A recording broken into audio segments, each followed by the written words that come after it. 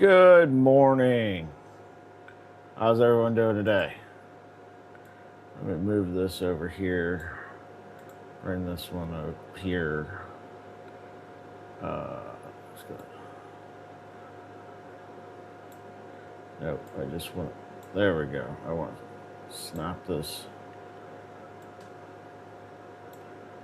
Nope. What are you doing? Stop it.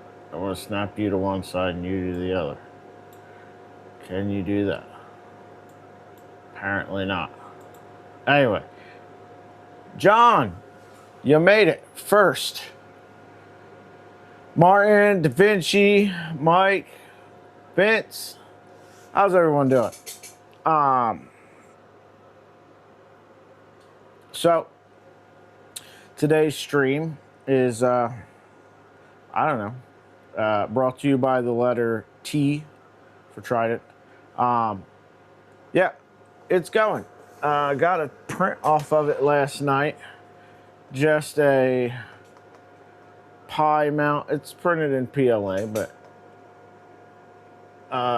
for being completely untuned, that ain't too bad. All right, you got a couple little fuzzies you can see in there, but nothing. You're just gonna go boop, and they're gone. But we're gonna run a few tuning things on this today. Hangout chat. If you would like to join in on the stream, there is a link on the Discord in the announcements thread. You can hop on and join us on stream as we run through some just tuning stuff on the Trident while we talk about prepping for Rocky Mountain and whatever else comes up. If you've seen the streams on Fridays, it's going to be kind of similar to that. So yeah, hop in, talk about what you've got going on, talk about a blaster that may have broken half on you, whatever it is, you know.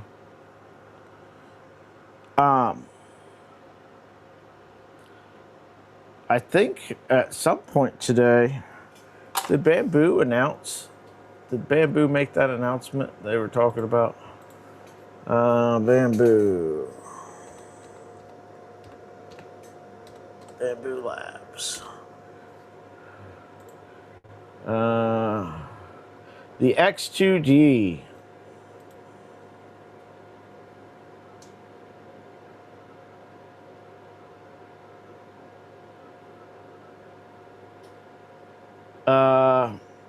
Booth, not gonna have a booth at Rocky Mountain. But you know, I'll be there walking around. If you see me, stop by, say hello. All right, let's bring it over here. Here's our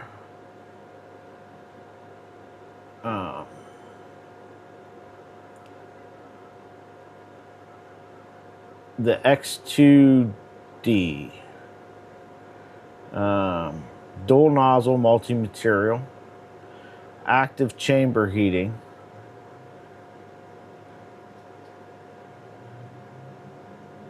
dual intake cooling, servo extruder,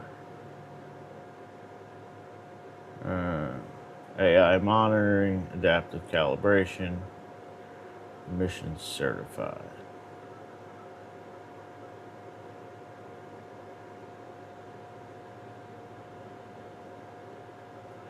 Yeah, definitely come up, find me. Let's see.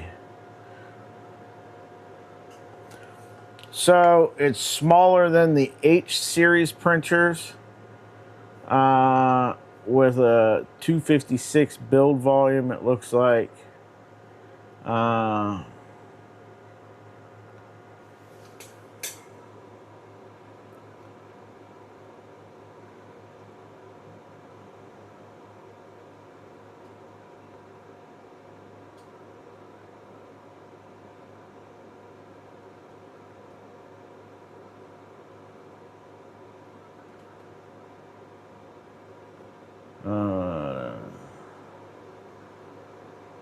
Max nozzle temp at 300.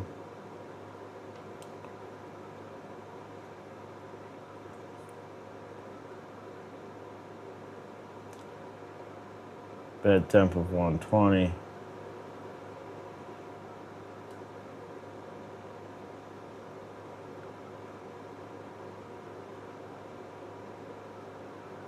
Got some filtration.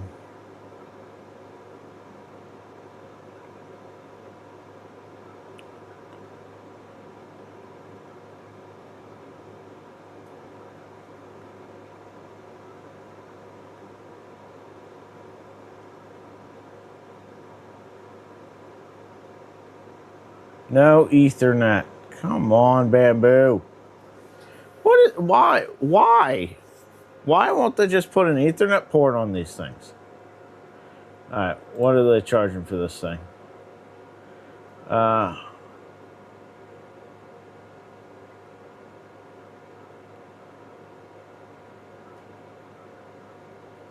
Holy shit, $900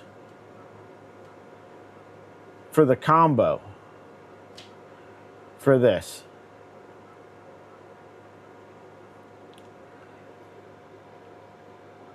$900. That is several $100s less than I was figuring this thing would be.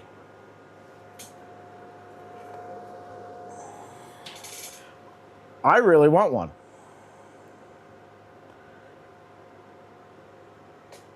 Brad, how's it going? So, Brad, I know you said not a Bamboo, but damn it, man, this is what I would buy. If it was my money, this is what I would buy.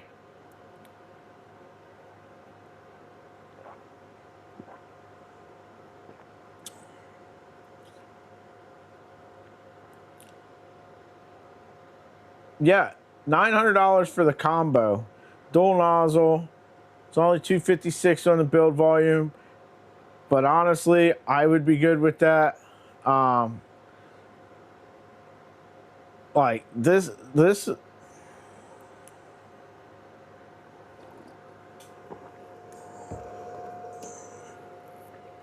This is a printer that ticks all the boxes for me personally. Hey man, I've been wanting, you know, we've talked quite often how I want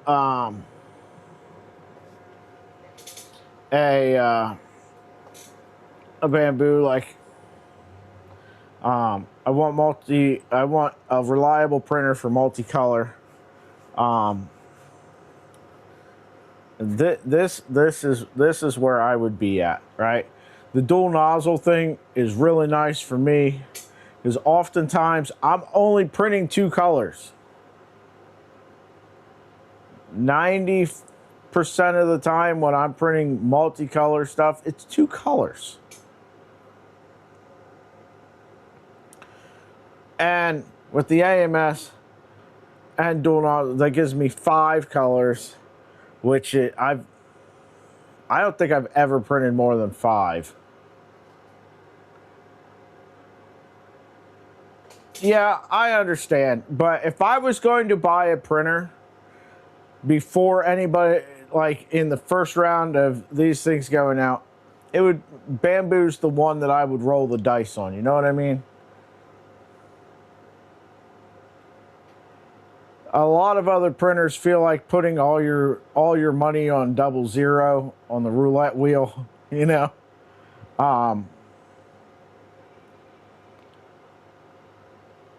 Like Bamboo, not so much. Anywho, back to our regularly scheduled programming.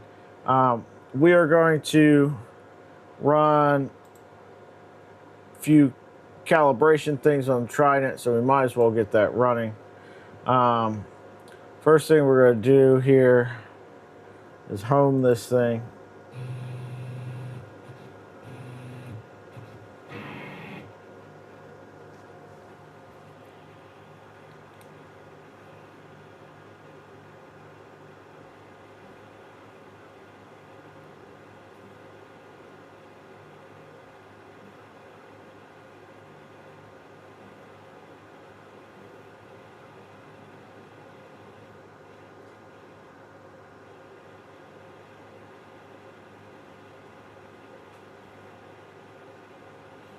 And then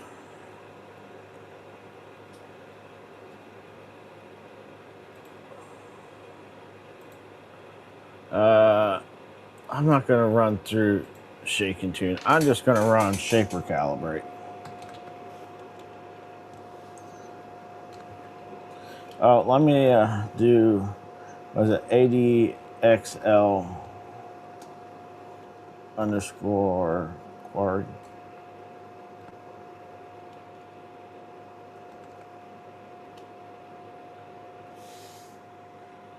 I probably spelled that wrong.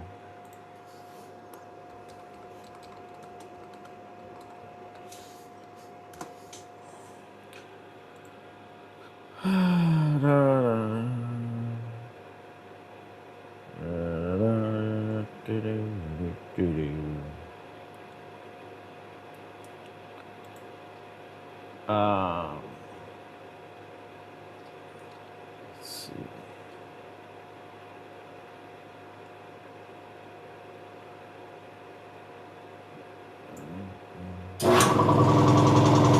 Why is my air compressor on?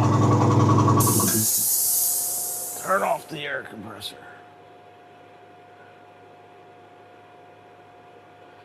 Yeah, we're waiting on panels.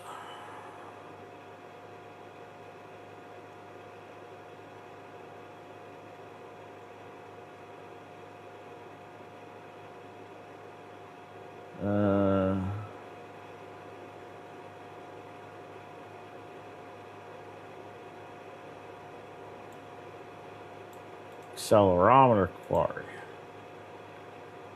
query. Paste. Enter. Perfect. Love it.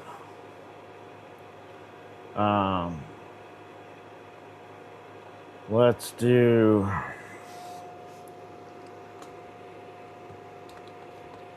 shaper underscore calibrate.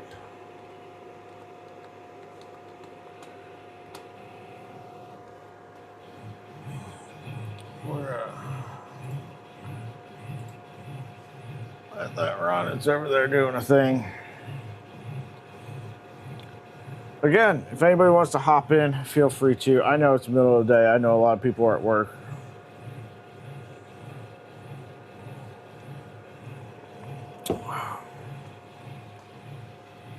But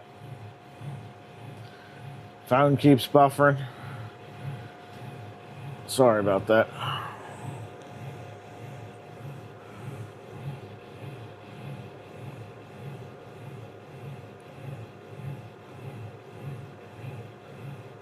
I'm interested to see where this lands us.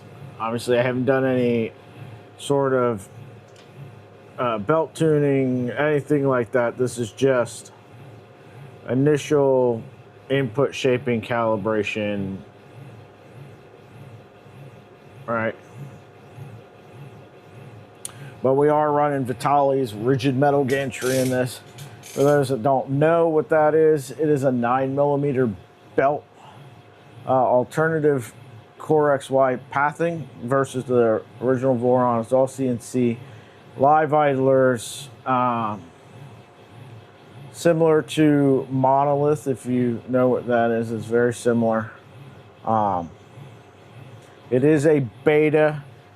It is in active production. Some revisions are already underway for it.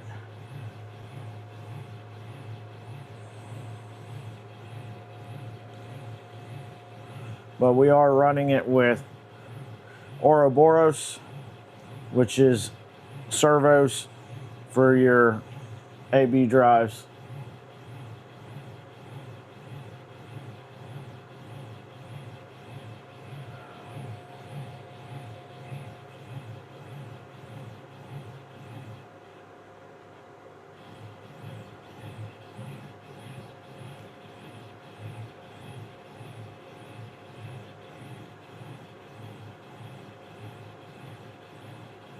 So we'll see what kind of numbers we get on input shaping, just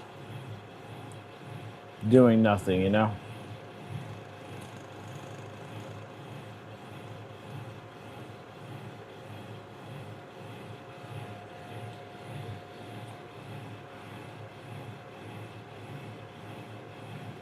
Yeah, Bamboo is more likely to get it right the first time than anyone else. Not saying that others won't. Just they have the best track record.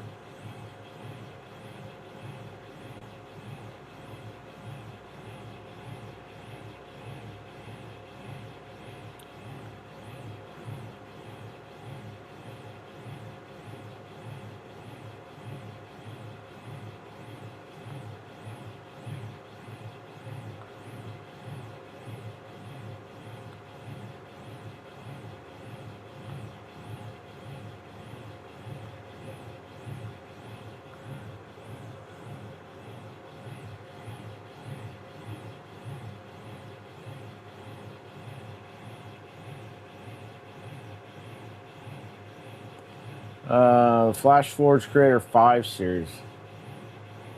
I've not used any of them. I've got a Centauri Carbon, the original ones, the original Centauri Carbon. We just fixed that yesterday on stream. I love that printer.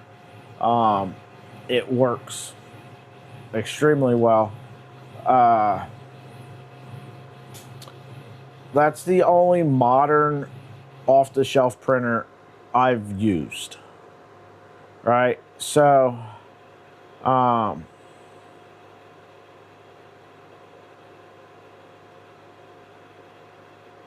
not a great first-hand source for any of this stuff.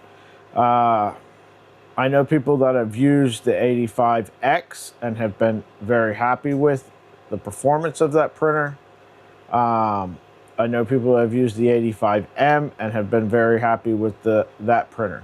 I know that a lot of the technology on that seems to have come from the Snapmaker, which, again, I know people that have it and are very happy with it. I was very questioning of the Snapmaker's print quality based on sample prints from review YouTubers.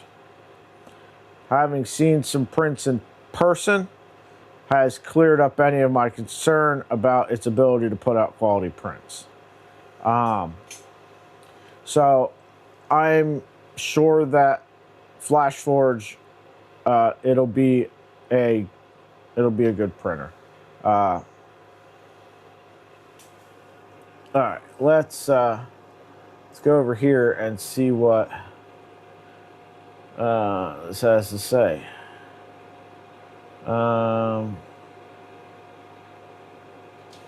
Recommended for Y is 2 hump EI. Let's see what that is.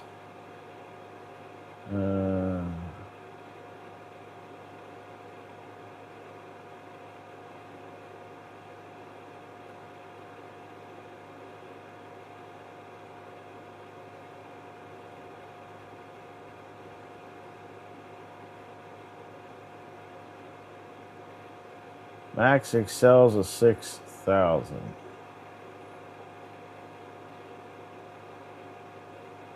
That's a little low.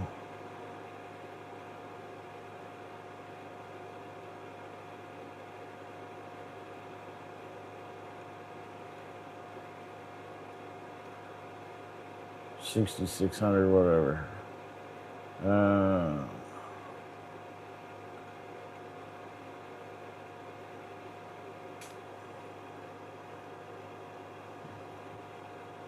Do not get X. Where's X in here? Come on.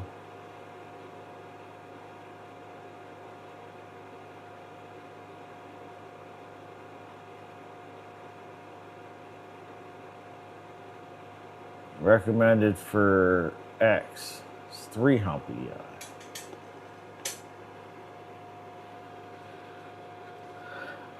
That's absolutely horrendous.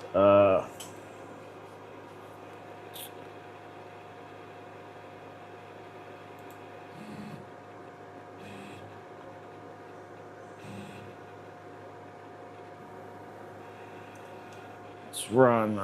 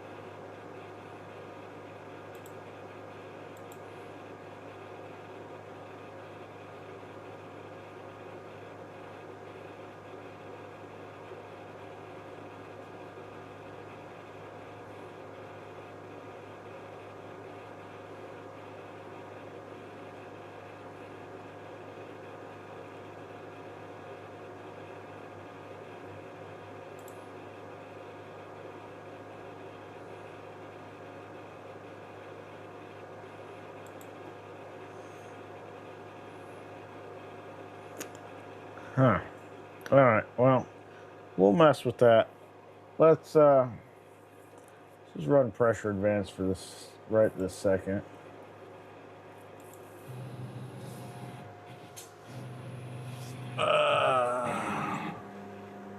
Yeah. I'm going to get with Reth. The reason why we're not going, so the reason why we are not going through all of the shake and tune stuff is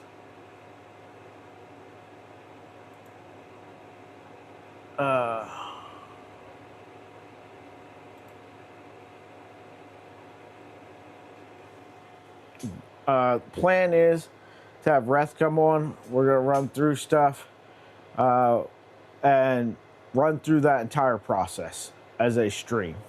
So that is why we are not doing that now. Cap, if you're talking, I can't hear you. Captain?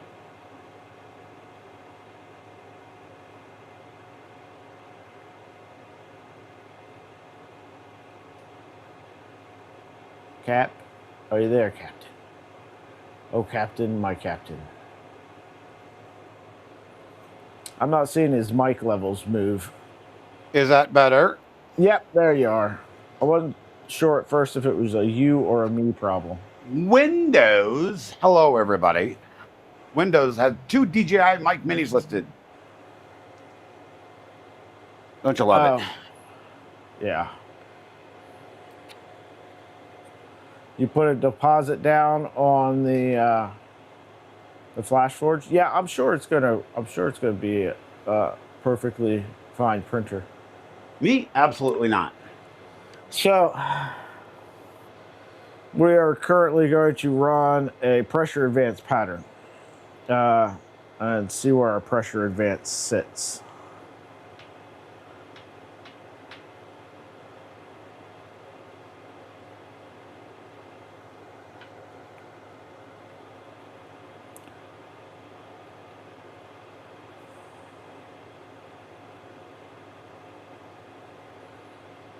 So, were you here when we were looking at the new bamboo printer, Cap? No, but I saw it. What are your thoughts? Meh. It's a bamboo.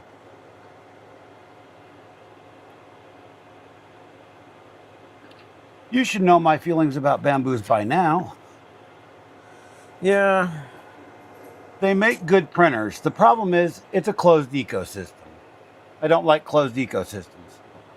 In fairness, everybody's trying to go closed ecosystem. You're not wrong.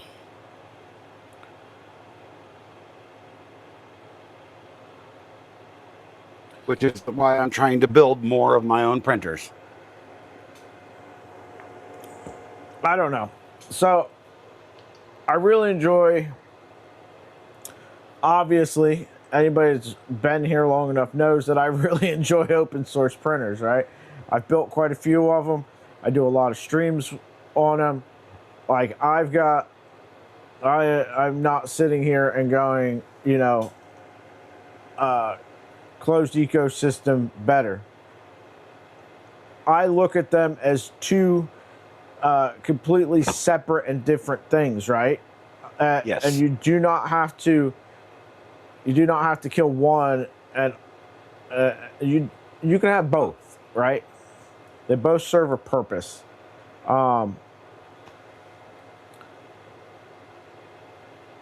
And you know, the open source community has put a lot of work into a lot of filament a lot of filament changers, right? Box turtle and rage rabbit carrot feeder, I've built both of those. I've built the night owl filament changer, right? So I've built 3 of them. The one that I have the most success with is the enraged rabbit carrot feeder.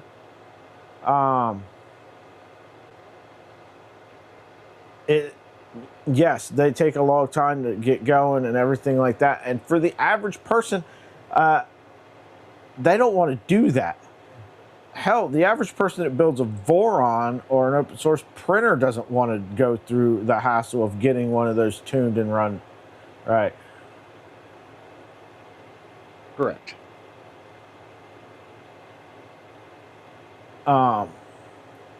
So, and a lot of that just comes down to resources, right? I have no doubt that if you handed any one of those teams a budget equivalent to what, you know, Bamboo, Creality, FlashForge, Cheaty, any one of those manufacturers, any Cubic, have to R&D a filament changer, I have no doubt that they would put out something of, you know, comparable ease and reliability. I have no doubt about that, right? But that's not where we're at. Nobody wrote Robert a check for probably in excess of $1 million in an R&D budget to develop the box turtle. So these guys are doing it on their own on a shoestring budget. So to compare one to the other would not be completely honest. You are correct. But you can't deny that for the average user, and again, even the average open source printer user, those are better options and more appealing options for what they're looking for in a multicolor system. And that's why oftentimes you have guys that build a crap ton of open source printers, but they have Bamboos or Anycubics or whatever, you name it, as the printer that they use for multicolor, right? You go on to streams and you ask these guys that have built box turtles and all these other things, when they show off a multicolored print, ask them what printer they printed it on. And I bet you 9 times out of 10, they printed it on a closed ecosystem printer that has multicolor.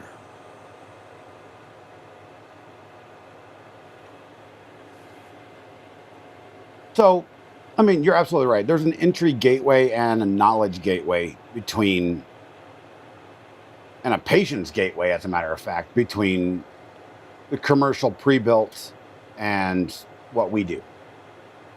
Yeah. And I know for myself, I don't want to speak for others, but I would be sure that the sentiment is the same amongst many users who have done it, right? So you've got a bar for how difficult it was to build a Voron or an E3NG, which is harder to build than any Voron. It's actually a higher skill level printer, that have built these open source machines, or Mercury One, whatever it is, right? And then how difficult that was to do the first time versus how difficult it was after having already done that to then go and do a box turtle and get that dialed in, or an enraged rabbit carrot feeder, or a trad rack, or a night owl, or you know, pick your poison for multicolor system.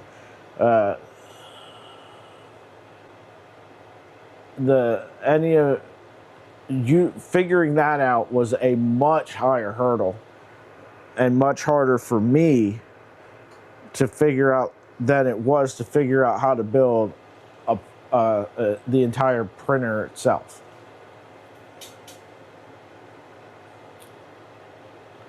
Well, and then you also have most of us that actually use the commercial printers to print parts to build our DIY printers.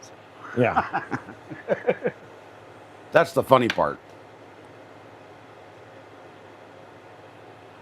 Yeah, I'd say probably 90 to 95% of everything I do for projects is still printed on a Voron or the E3NG.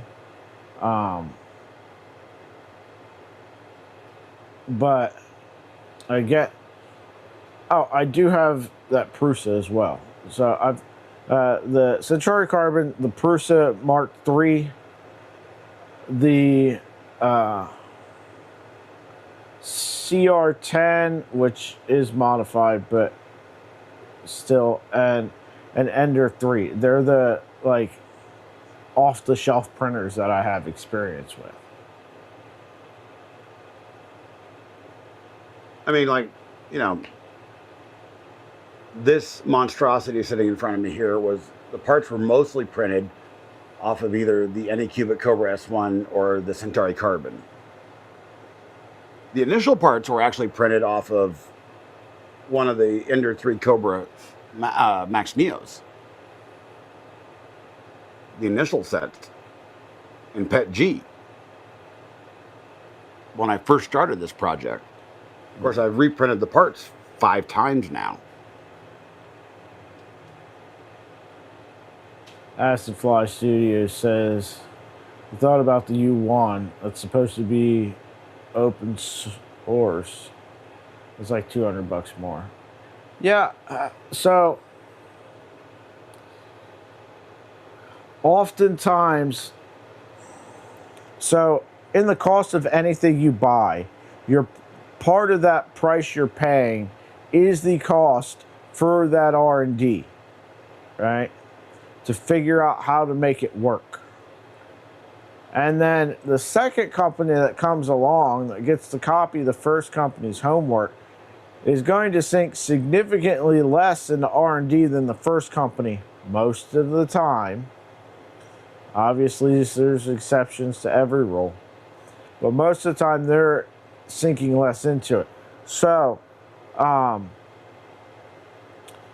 FlashForge not having to sink as much into the R&D as Snapmaker, Snapmaker not having to sink as much money into the R&D as Prusa, Prusa not having to sink as much money into the R&D as E3D, right? Each one of those got the price went down every single time. Right, so it's the same way we saw Bamboo comes out with the X1 and X1C. For those that don't remember, there used to actually be 2 printers in that run, right? One had carbon rods, one had steel rods, but they very quickly did away with the standard X1. But you had a cost of what, like $1,500 for that printer with an AMS, and then who came out with it next? Is it Creality? With the K1 initially didn't have it, but I think it did at some point. But then you got Anycubic and down the line, right, with these filament changers, Cheedy. Each one of those got cheaper and cheaper because Bamboo had already put the money in for R&D, and it was pretty easy to copy the homework for, okay, this is how this works.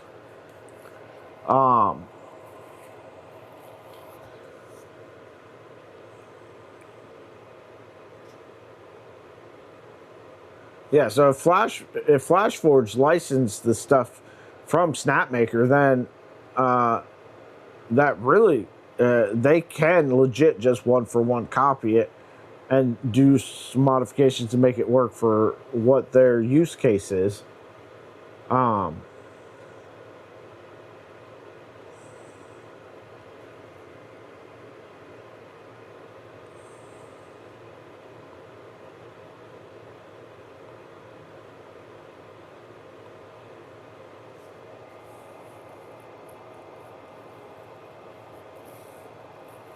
Yeah, the CR10 is a solid printer. It's my tallest Z-axis printer, and it's a 300 build volume, so 300 by 300 by, I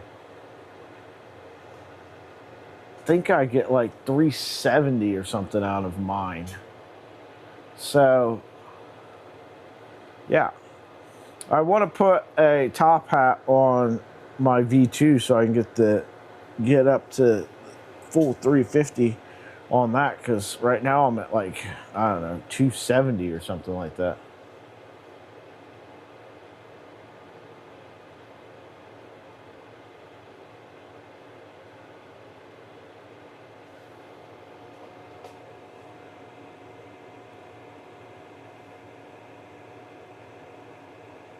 Oh yeah, and like I said,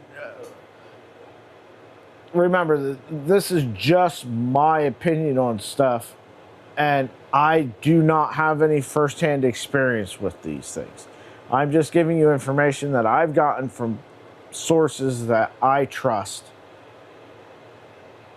But at the end of the day, take it with a grain of salt, because it's, again, my opinion based on information from someone else. So you're getting it second or third hand, right?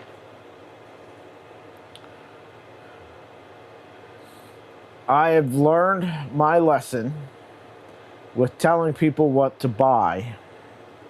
Back those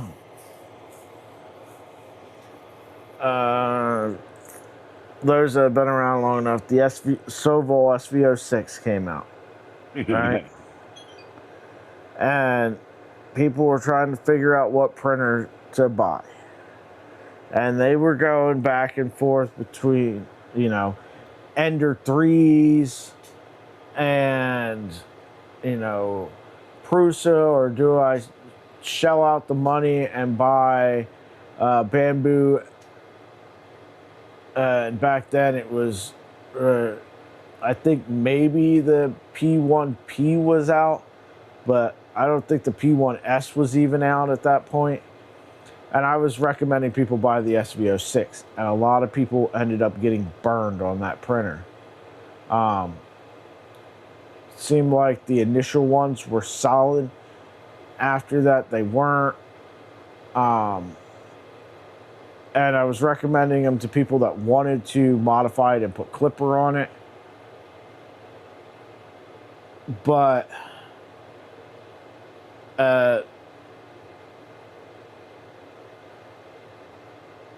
it was functionally limited, right? They could not get the speeds that they were wanting out of these machines. And that was even after like upgrading the controller board and stuff like that. The steppers just did not want to go at that speed. So by the time you're all into it, you might as well have built yourself a Voron kit, right? By the time you pay for the SV06, you buy a new main board, you buy a Pi in the middle of a Pi shortage, where you were paying 2 to 3 times retail for one. Replace the stepper motors. By the time you do all that, you took your $280 printer and turned it into a $600 printer. You might as well have just spent another $200 and bought a FormBot kit for a 2.4 or tried it. JPP, what's up? John, I don't think it's that no one appreciates advice. It's just I ended up, and people weren't upset at me for the they bought, you know, a printer on my advice and it didn't work out. It didn't do what they wanted to do. I knew the people well enough that I was recommending this to that they weren't upset at me. But I still felt bad because people invested their hard-earned money into something on my word and it didn't turn out, and I felt guilty for it. And as such, I have shied away from doing that going forward.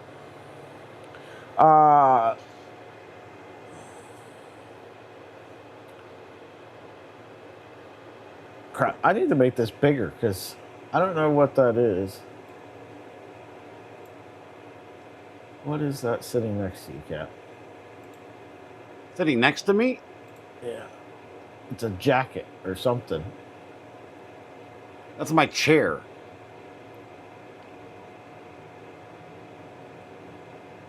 Is that a blanket that's on it, or? Yes.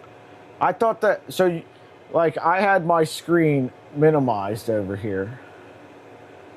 And, so it was real tiny, and then you were pretty tiny on the thing. And, yeah, I thought that was you this whole time. No, that chair, so that blanket is covering a chair that was taken over by cats in the house. And I have been de-hairing that chair for a week.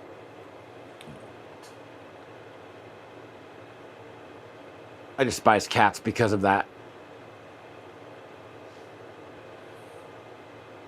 Yeah, John, that happens too. And people would get really frustrated with the learning curve of Clipper back then. All right. I'm just going to tell everybody right now. I'm going to tell everybody right now, you just need to all go out and buy CR30s. Yes, that is the answer. Make sure you overpay for it on Facebook Marketplace too. Minimum of $1,000, all right? Yes. If you're not double initial retail on that, what are you doing?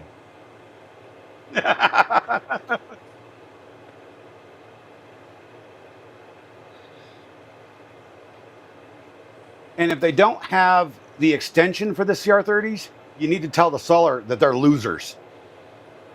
To their face. Yeah. Cover it in hairspray. Yes, absolutely. I gotta get up here and fix this. What is above me? That's a camera. Cody is asking what a CR30 is. CR30 is Creality's belt printer.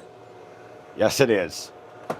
It is the initial version of the Ideal Former. And here's the comedy of the situation, right? I really want to do a one-piece dragster. I want to be able to print the main body out of like a pretty stiff TPU so that it's damn near indestructible, and then print some reinforcing for the bottom of it. Oh, here we go. It's doing a thing.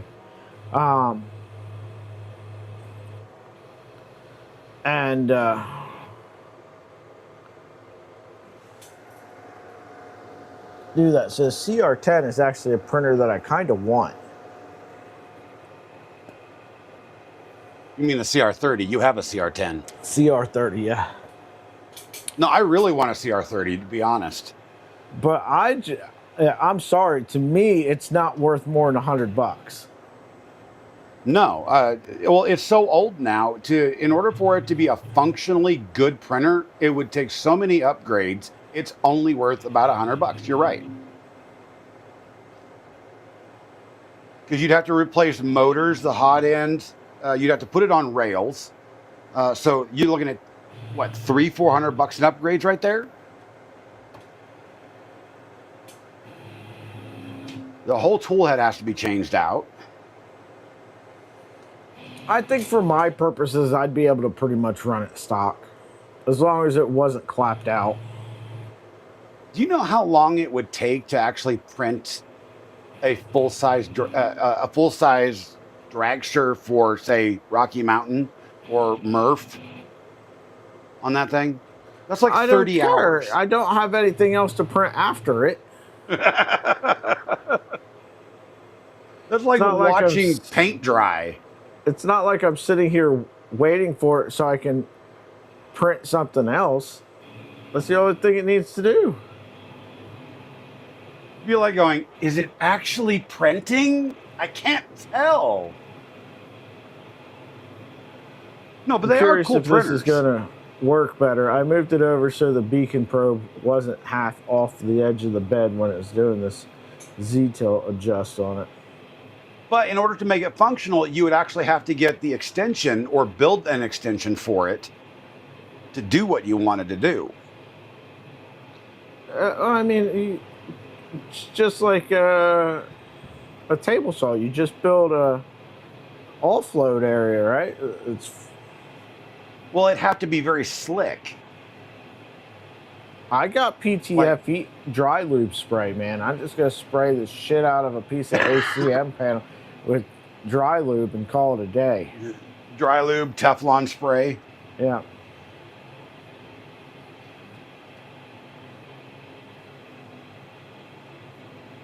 Just put it on the floor. Watch one of the kids walk across it.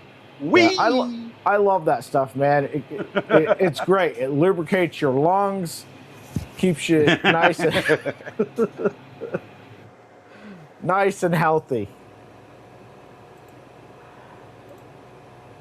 Well, yeah, rollers is the proper way to do it, but rollers are expensive. I mean, you could 3D print a roller setup, but that takes time too. Temu just gave me a $210 offer. Anybody want it?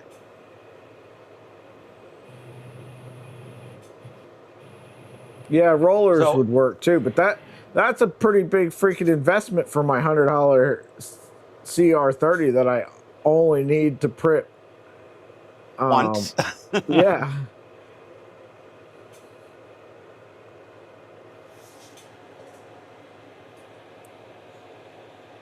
Oh my God.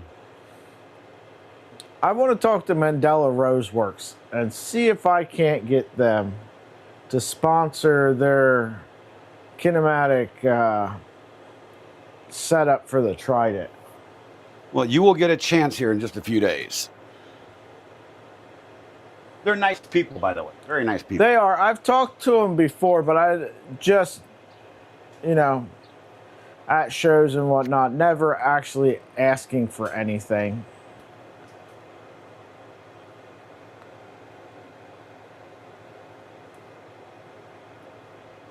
So the bad news is we're actually expecting rain on Friday.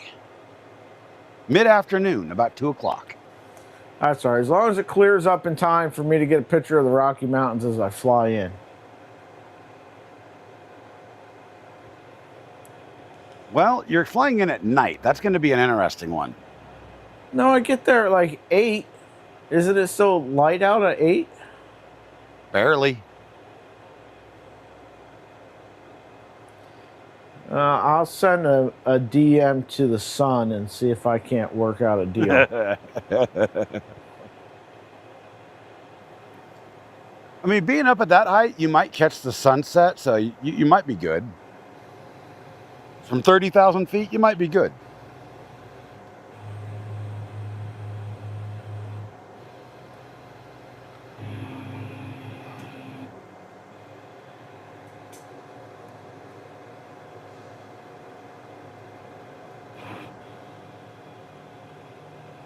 What is this thing doing? Why are you printing it in the middle of the air?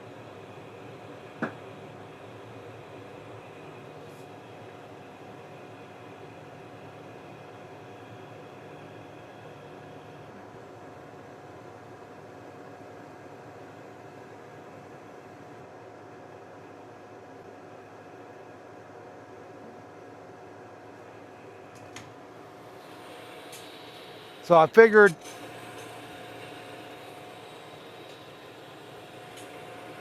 I will probably leave here about 2:30 or so on Friday, so I can get up there about 5 up at the airport, so I can just screw around a little bit and relax before you show up 3 hours later. Beacon underscore auto underscore calibrate.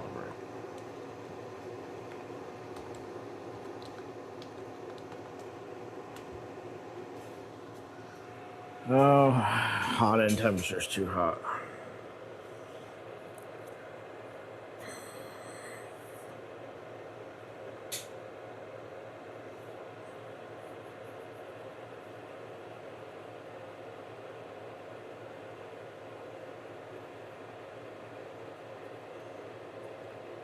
Then after Rocky Mountain, I have a mad dash to get some friends over. We're going to strip this backyard clean and start on the greenhouse project. That'll be fun. I can't wait to see. Are you still planning on doing the hydroponic stuff? Yep, sure are. I found a local source to get me some barrels for free, no less, which is awesome. Gotta order in the sheeting for the greenhouse. And the fans, because all the fans that I was using on it are destroyed.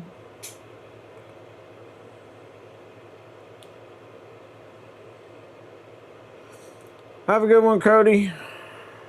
Thanks for dropping by. And then we're gonna start designing and developing all the good stuff, all the connections and parts and stuff, because everything on it will be as 3D printed as possible.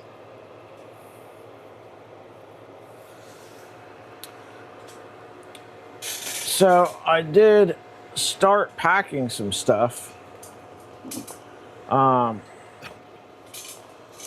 got the suitcase out. Yeah, I made this little guy, electronics case. Too bad not all of them fit in it.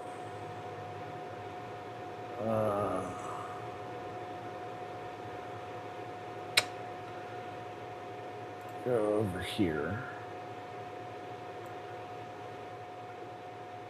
And we go here. Is this right? I did see that printer, the Construct One XL. Yeah. Right. I'd like to see more information about it.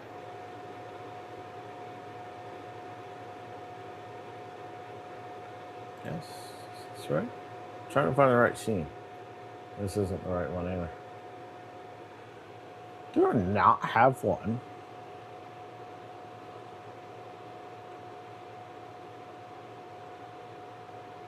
Maker chats. Let's try this one. That seems not the right thing. All right, let's add a video capture device, add existing.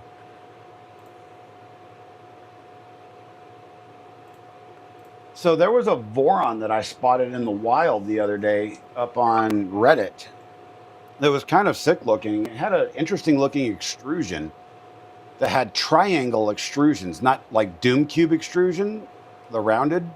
It had triangle. Yeah. I've never seen anything like that. That ain't gonna work. My name's over it. Move this up here. There we go. All Got right. about a half hour or so. Whoa, whoa, whoa.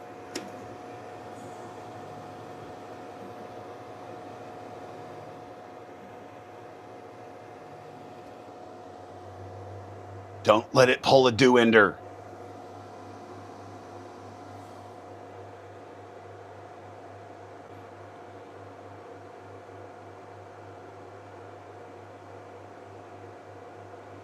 I was about to crash into the freaking toilet. Like I said, don't let it pull a do-ender.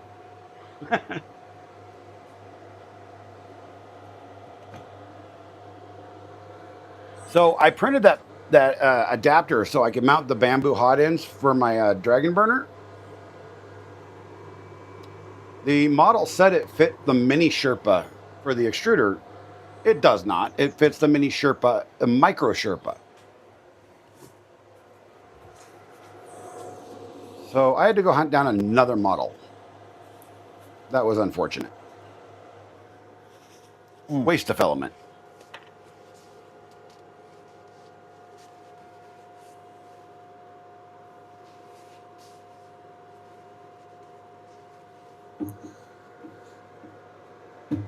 All right, so this is what we have packed so far.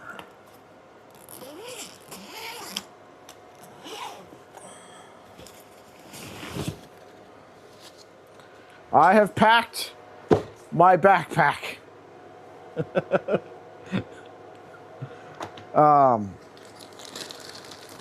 We got Ziploc bag full of maker chips. You just reminded me, I gotta bring my backpack out. Where is the damn thing? There, nope, where is it? I don't know. Then on the other side, we got a bag full of the old design maker chips. Now here's the deal, guys. Anybody walks up to me at Rocky Mountain and asks for a maker chip, I'm going to hand them one of the new current ones. If you would like one of the old style as well, it'll be random as to which one you get. Actually, I need to keep at least one of each of these for my own thing, right? But if you would like one of the old OG ones, you have to specifically ask for it. And I will give you one random OG maker chip. You're going, Cody? That's awesome. In addition to the normal ones. I'll get the map once I get to Rocky Mountain. I'm sure they'll be handing them out. Y'all only get one maker chip from me because I ran out of my last year's stuff. So, but then in the bag, we've got 2 wall warts, USB-C to C, an SD card, a watch charger. We've got some tissues, a lens cloth, a whole bunch of first aid stuff, extra contact lenses, notebook, flashlight, pens, a battery pack that I think is fully charged. Yeah, it says it's charged. And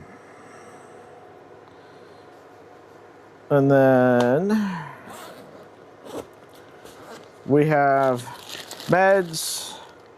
We have Insta360 flow. A pack of popcorn for some reason. Some Smarties. Some sunglasses. We've got an iPad.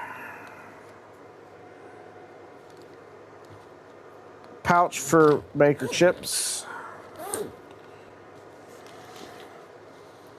But I have a question. Yeah. Do you have a twerking maker millwright? I don't. I do.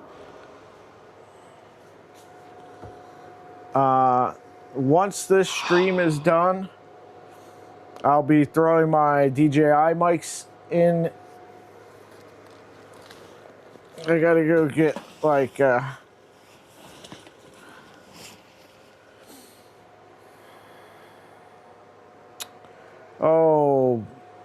toiletry stuff, and then clothes. You are far more packed than I am, my friend. I was debating whether to bring a laptop. I'm bringing a laptop. Move home. I can bring two. I can bring two if you want.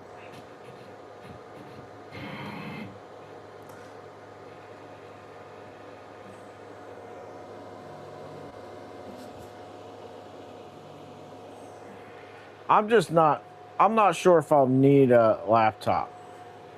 Probably not, but I mean, if you want to like upload content or nothing, I got adapters and stuff for you to, you know, patch to your stuff too. So. Yeah. I would bring a laptop if I had one of those new Mac Neos, MacBook Neo. I really want one of those.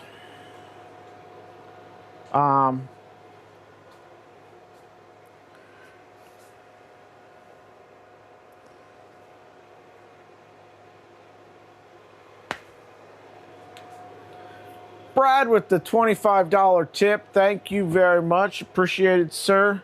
That will go into the Not Starving to Death Fund. Jesus.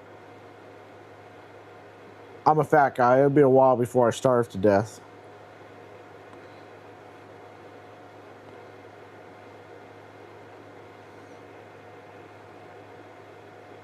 And I'm bringing, so in my little communications kit, I'm bringing another full set of, two sets actually, of microphones.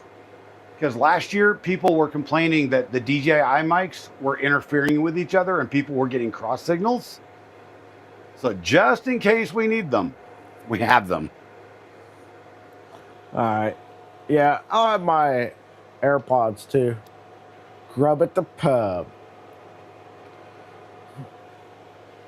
Yeah, I would love it. Apple.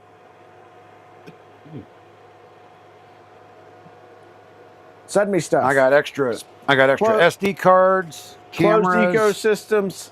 Big fan of it if it says Apple on it. I know, but there's stuff. Fanboy. You fanboy. No, it's not even that. It's that I'm a big fan of stuff that works.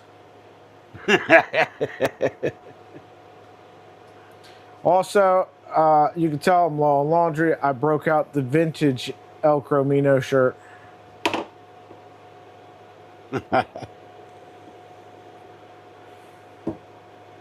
It was signed at one point. Oh. All right, now that we've homed everything, let's go back over to the dashboard. And since I moved these screws around quite a bit to get this away from the bed, let's do a Z tilt.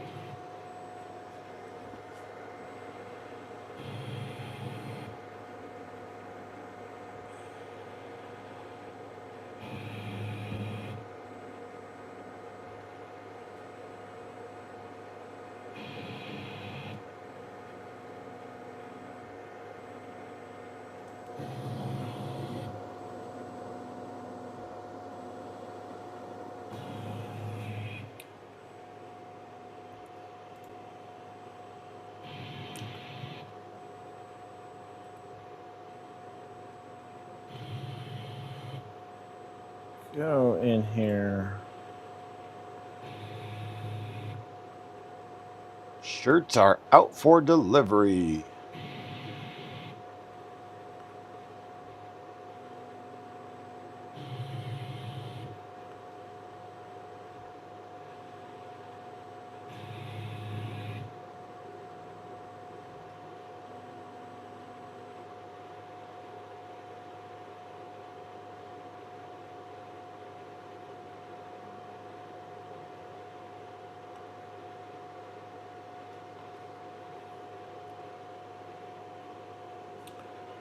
All right, now that we've done that, run it home again.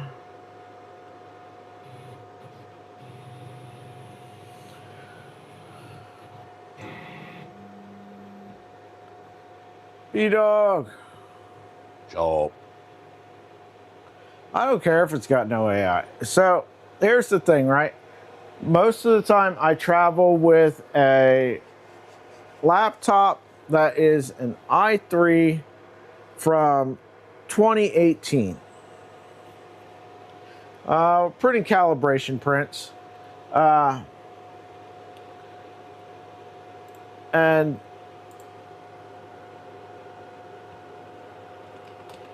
let me just type this beacon underscore auto underscore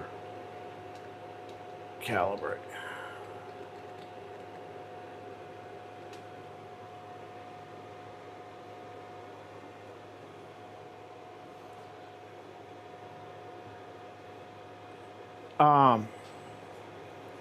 Yeah, I normally travel with that laptop. I think it's 8 gigs of RAM. I might be wrong. It's not even out here. The old lady must have taken it. But it doesn't do much, right? It just serves the function of surfing the internet, right? I can open up Discord. Right, I can't edit any videos. I do most of my editing on Final Cut Pro on the iPad. And Apple has a thing now where it's a subscription. I was paying $5 a month for it on the iPad. It's $12 a month that comes with it on both the, both the laptop, desktop, whatever, Mac OS, as well as iPad OS. And a bunch of other stuff that would make it semi worth it to me.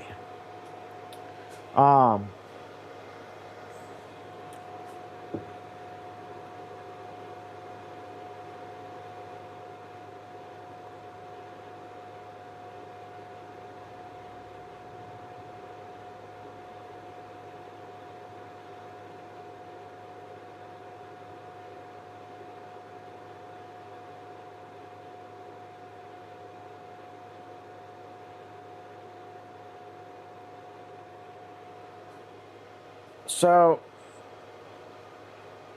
I don't need it to do a lot, right? But it'll hook up with my AirPods pretty seamlessly, hook up with, stuff. I really only use it for traveling. I use M4 Mac Mini for my main workstation.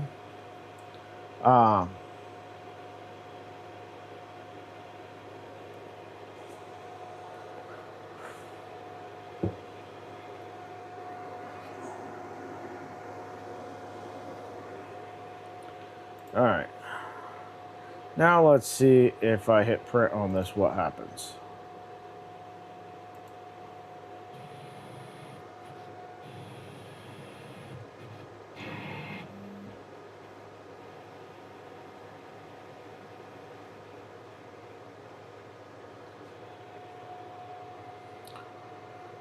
I tried Linux on this computer that we're streaming from right now. It didn't work out for that because some of the software for the different webcams was not available. I tried, what is it, Wine?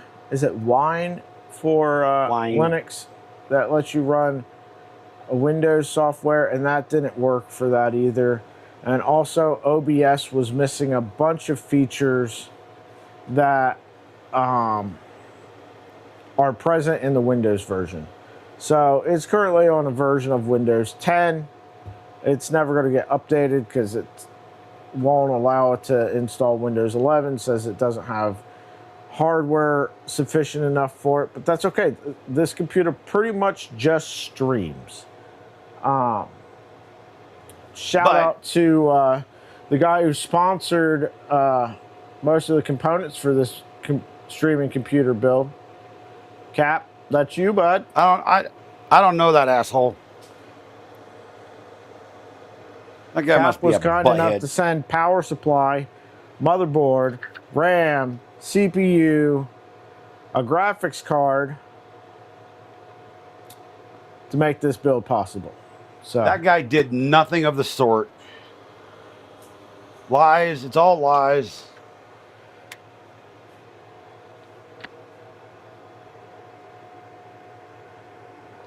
I got a killer deal on a pretty nice case at Micro Center. I think it was like 29 bucks for this NZXT flow case or whatever it is. It's a nice case. Well, you didn't tell them that the power supply blew up. No, the graphics card did. The RTX 1650. But as a happy accident, I had bought a Quattro 400, I think it is. For the server, I never installed. So I put that in here, and that's working fine. I just had to buy some adapters. It wasn't too terrible to make that one work.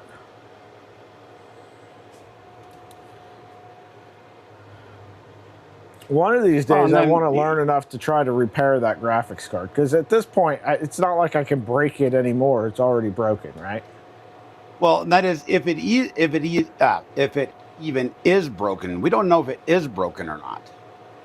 Yeah, I don't have another system to put it in the test. But it could be just a driver issue. It could be. It was doing some weird stuff, and then just they had stopped. A lot of issues with the 1600 series drivers. So,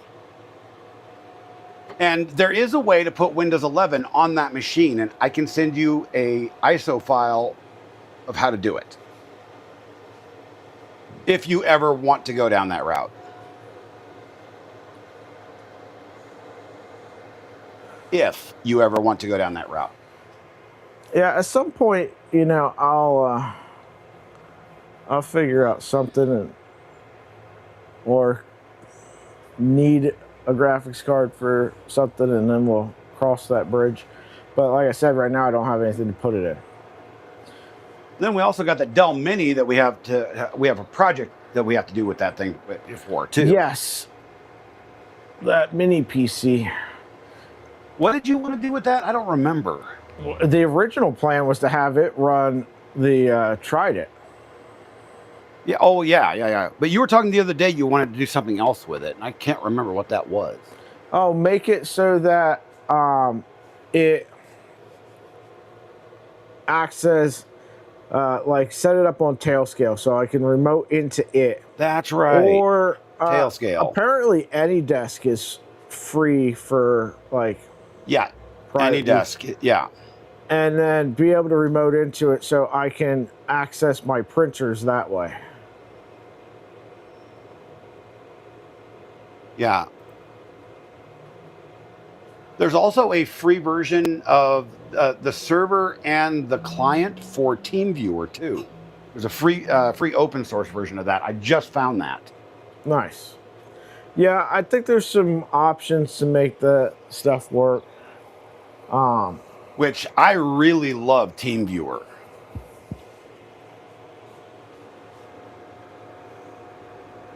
Because you can manage your entire network, whether it's Microsoft, Apple, whatever, with TeamViewer.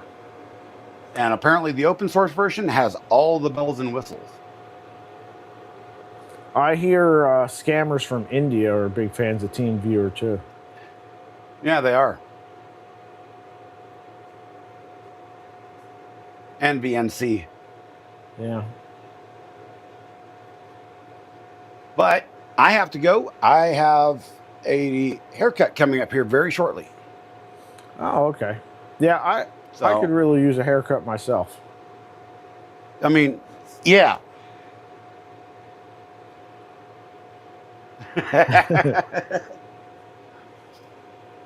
I won't be recognizable when I'm done.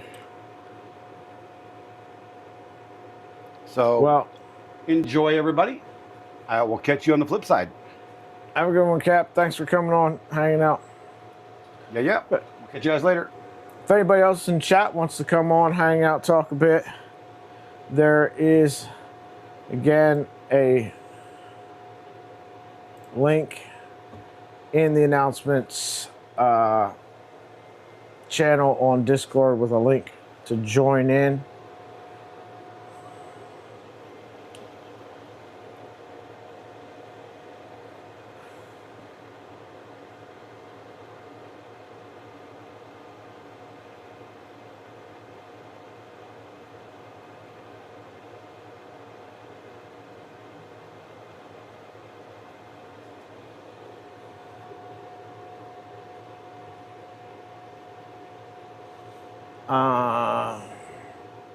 Need to go over here to the beacon page.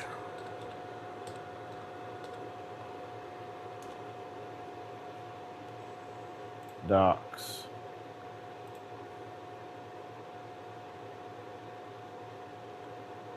Configure.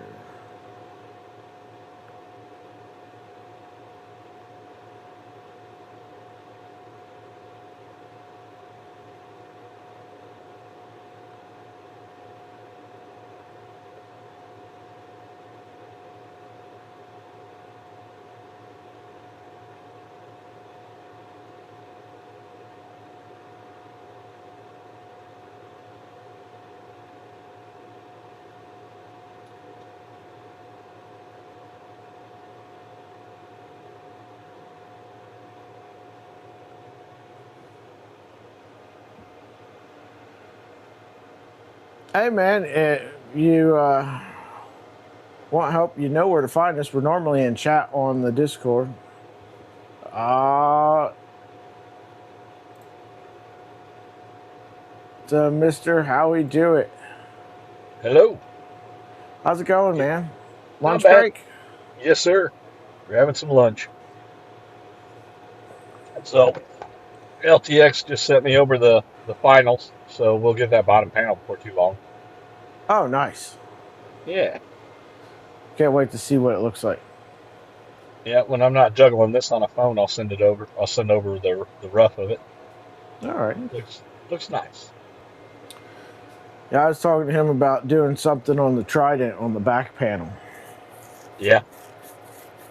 Thinking like, because you've got basically 3 sections on that back panel, the way the gantry is. So above the gantry, do like Trident with Trident logos. Maybe like a Voron logo and a Trident logo.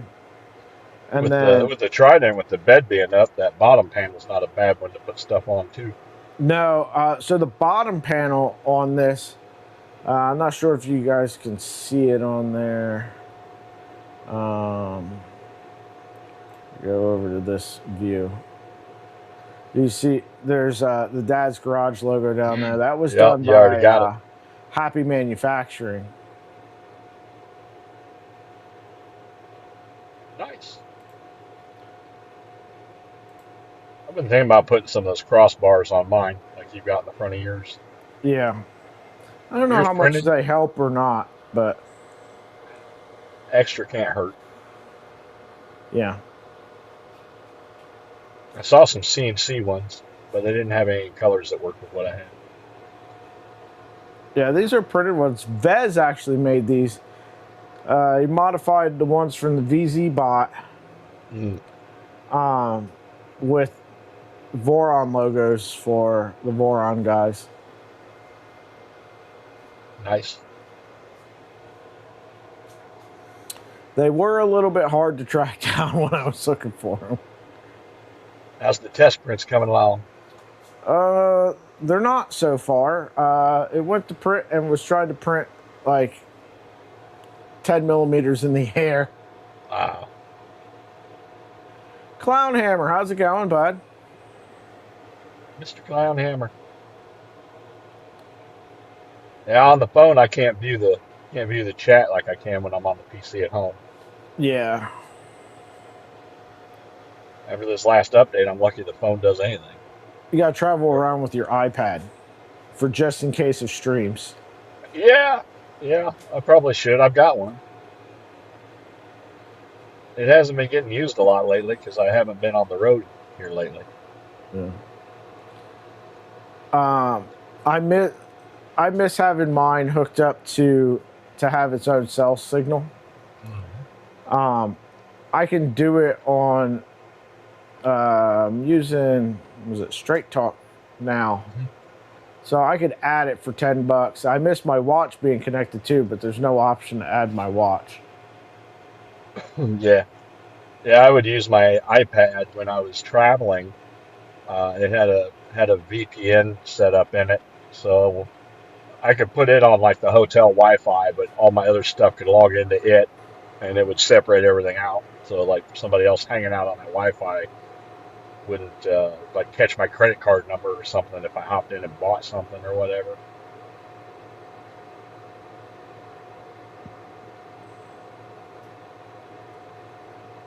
That was its main job. It was a portable router, more or less.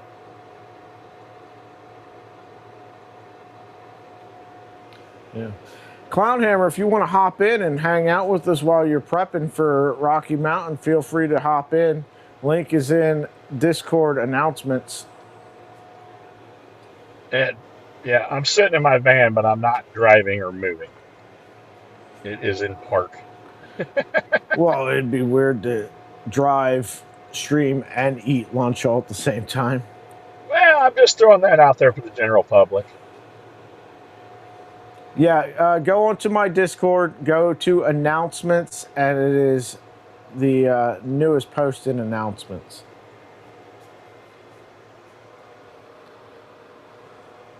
So, being the weirdo I am, I was dragging a little printer around with me while I was traveling for work, so I could, in case I was putting something together and needed to zip off a little part or whatever. That was the other thing I did with the iPad, was it was my little network for that, where I could put the printer on the Wi-Fi on the iPad, and then put the laptop on that Wi-Fi and send stuff to it. Yeah. I want them to release a version of Orca Slicer for iPad OS, because my iPad's got an M4 in it, the same as my Mac Mini. If my Mac Mini can run Orca Slicer, my iPad can run Orca Slicer, right? That wouldn't hurt my feelings because I've got remote access to all my printers. It'd be awesome if to be able to slice and send something from here. Use the camera to watch that first layer go down, and then, go back to work. Of course, that also probably shows how deep my addiction and weirdness is. Yeah.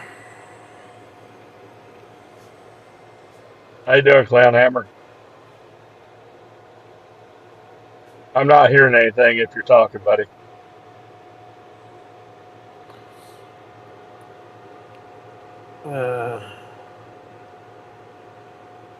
Might accidentally meet all the folks at Rocky Mountain. Yeah, man. I'm excited because there's a lot of folks that go to Rocky Mountain that there's no way I'm going to run into them anywhere else, you know? Is it a little smaller turnout at Midwest than it is at Rocky Mountain? Yeah, Rocky Mountain's the biggest of them all.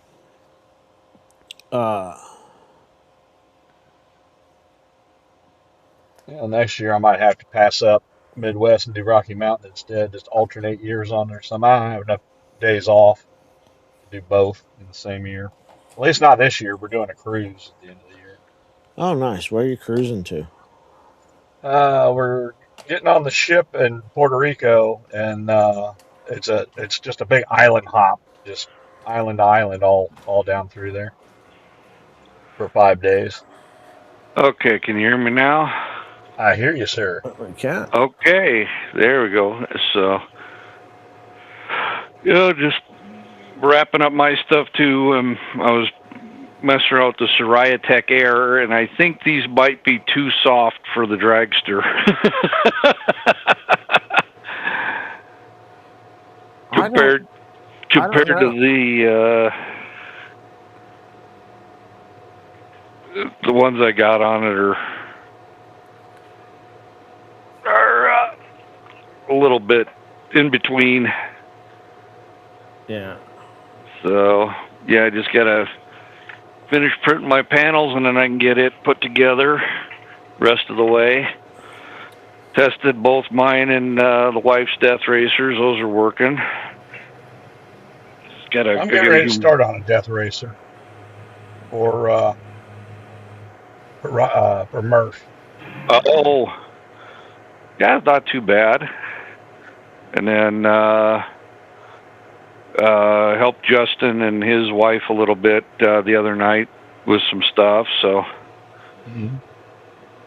that's come along. I got to do the full kit, get the remote and everything. I don't have any of it. Oh yeah, that's what I did. Was the full kit. Beats the hell out of self-sourcing it. Mm. Yeah, I was probably grabbing that one out of West. They had it in stock, and I figured it was better to do it that way than like order it directly from Big Tree Tech. And then if something goopy happens, Yeah. like this motor doesn't work or whatever, then you're dealing with their folks, and then it's Make like 2 days between emails and stuff. make sure it's the version 2 kit, because the version 1 kit has the crappy switch and does not have the 14 gauge wire. It's got like 20 gauge wire. That switch will. Both mine and the wife's went out within 20 minutes of me hooking a battery to it. Oh yeah, Yeah, I do believe it's the version 2, but I will double check that. it probably is, just because I can't imagine there being any version 1 kits left laying around out there, but you never know. And then, And then everything's on printables for the printed parts, right? I haven't dug that deep in, or has they got to get it? It's Michael Bailey's page. I think it's Bailey Patreon. Let me see. Yeah, it said I'd have access to the files once I paid for the kit, which I'm paying for it tomorrow. I don't think the original version even came with a remote, did it? So version 1 did, yeah. That's how I got mine. It was came in a big box. I think the box is still sitting over there, actually. Yeah, version 2 you can get both ways, with or without the remote. Yeah. I think version 2 says Piranha or something on the box, doesn't it? It does. Yeah, let me see what the version 1. I know I've got the boxes here, but yeah, the wife's Death Racer last year got decimated, so she won a replacement kit, and yeah, it's just the kit without the radio. Yeah, the version 1 doesn't say Piranha on it. I might have a sponsor for one of those kits. What's in here. Oh, nice. We'll see if I come home from Rocky Mountain with one. Oh, that'd be cool. Yeah. Then the next project's going to be one of the Antweight battle bots.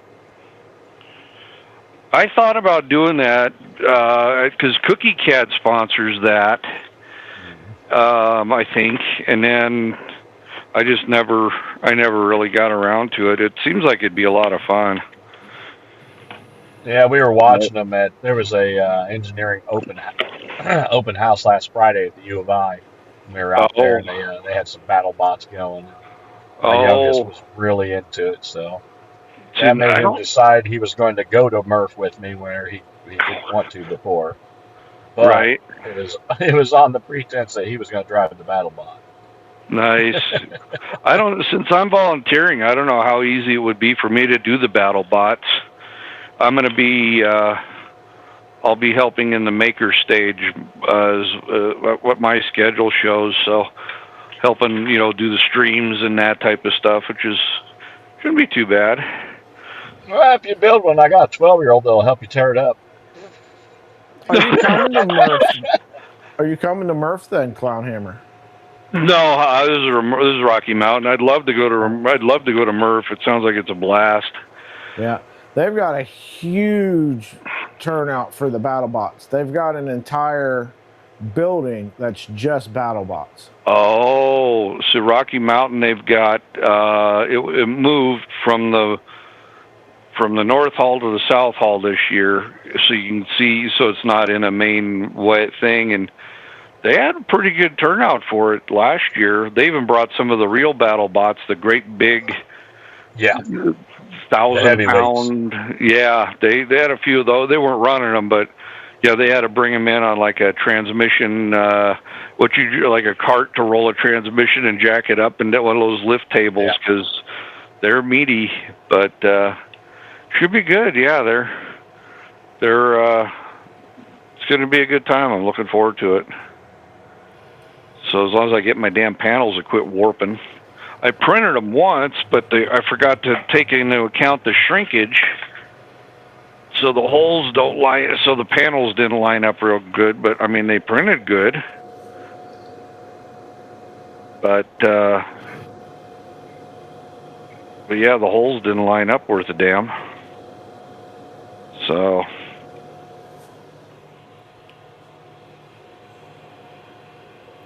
I need Yeah, a they had one longer, that basically had a 10-inch saw blade on it that was cruising yeah. around, and they were doing demos with it.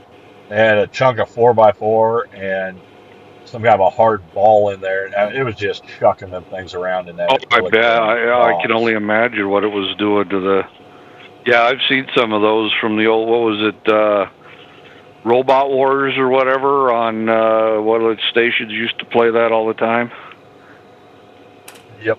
Discovery. So, yeah, Discovery. Yeah, some of those guys go all out.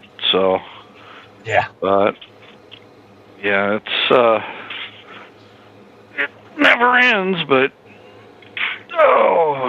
Yeah, I'm looking at the little guys that are all 3D printed and all that. oh yeah, those will be fun. Yeah, I got the Voron ready to go, the V0 ready to go. I just have to print out one more clip for it, but I got it ready. It's all ready to. It'll be at West's booth. So I put the 5-inch HDMI on it because you can't see shit. Yeah. Considering it's the wife's and she's yet to use it, but so it's all ready to rock and roll with. I still can't believe that damn fan caused all my problems. Well, they're just so tight on the 5 volts. It just doesn't take much. No, yeah, I guess it's, and I was worried about the screen when I put the screen on. That it was gonna, because it's running off the USB as well. I can't find that stupid. My desk looks like it exploded. My whole basement looks like it exploded right now. Oh, I got a man. kid moving out, Morning, RJ. moving my shop. Good afternoon now. Hey, RJ. But yeah, I got to put the headlights in my Suburban. I changed my headlights to LEDs, and I turned. My brights are now useless because it's like holding up a flashlight to a candle now. So I had to get those. But I put some LEDs in my truck, and my brights became useless for the fact that the standard lights were probably brighter.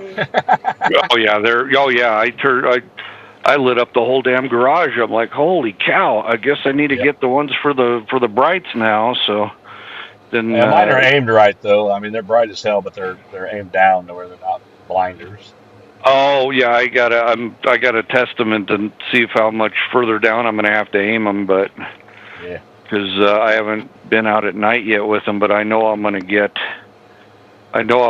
flashed. There's no question about that.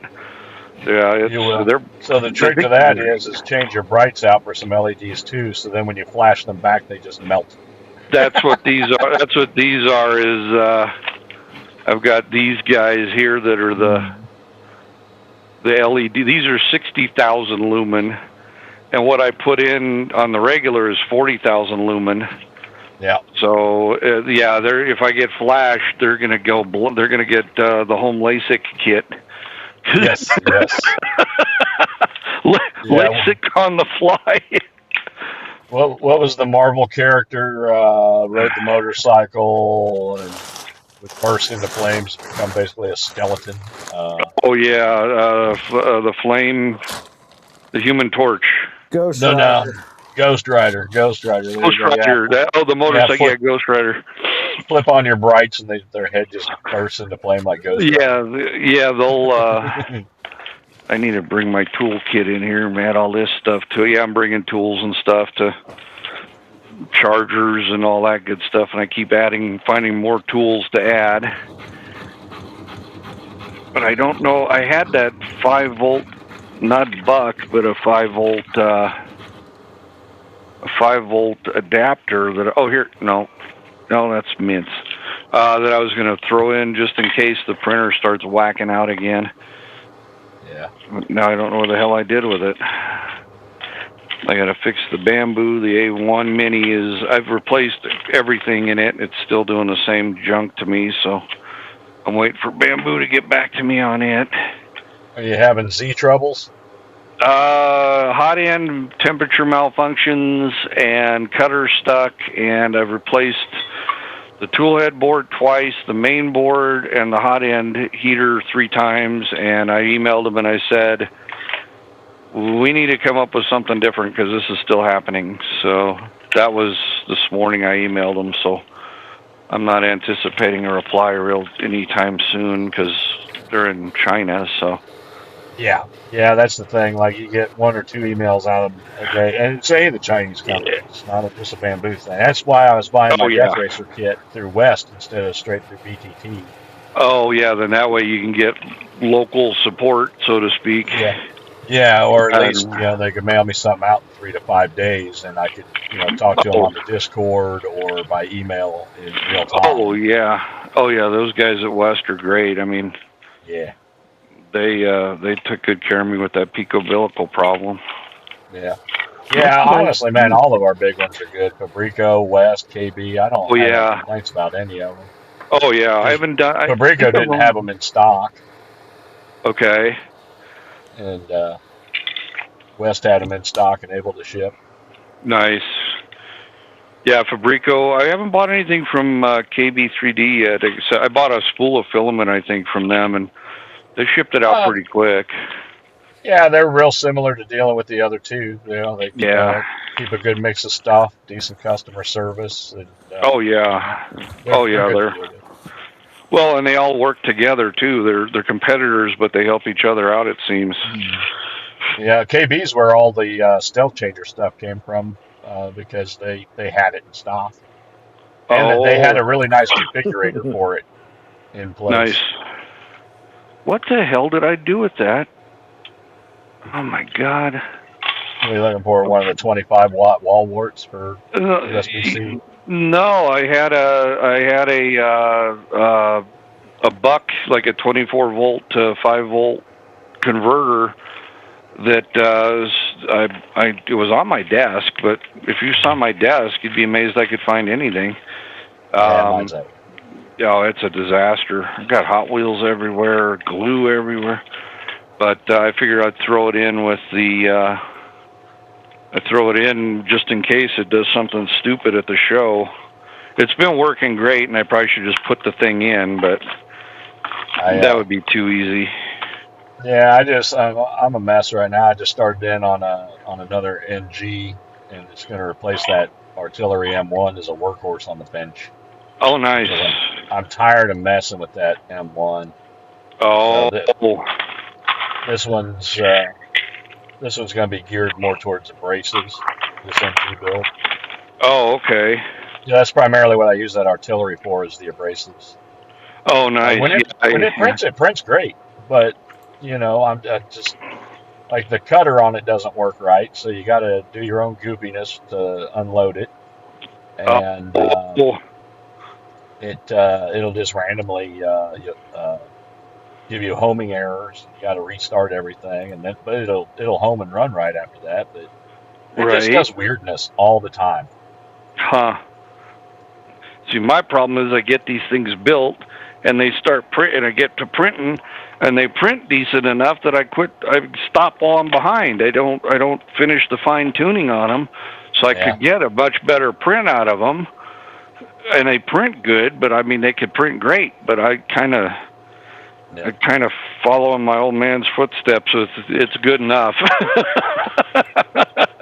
I enjoy the tuning part of it. So, in those occasions where I don't have something to print, somebody hasn't asked me for something, or I have a project going, and it's like, instead of going out and finding something to print just to print it, I will pick a machine and just do some tuning and dialing on it.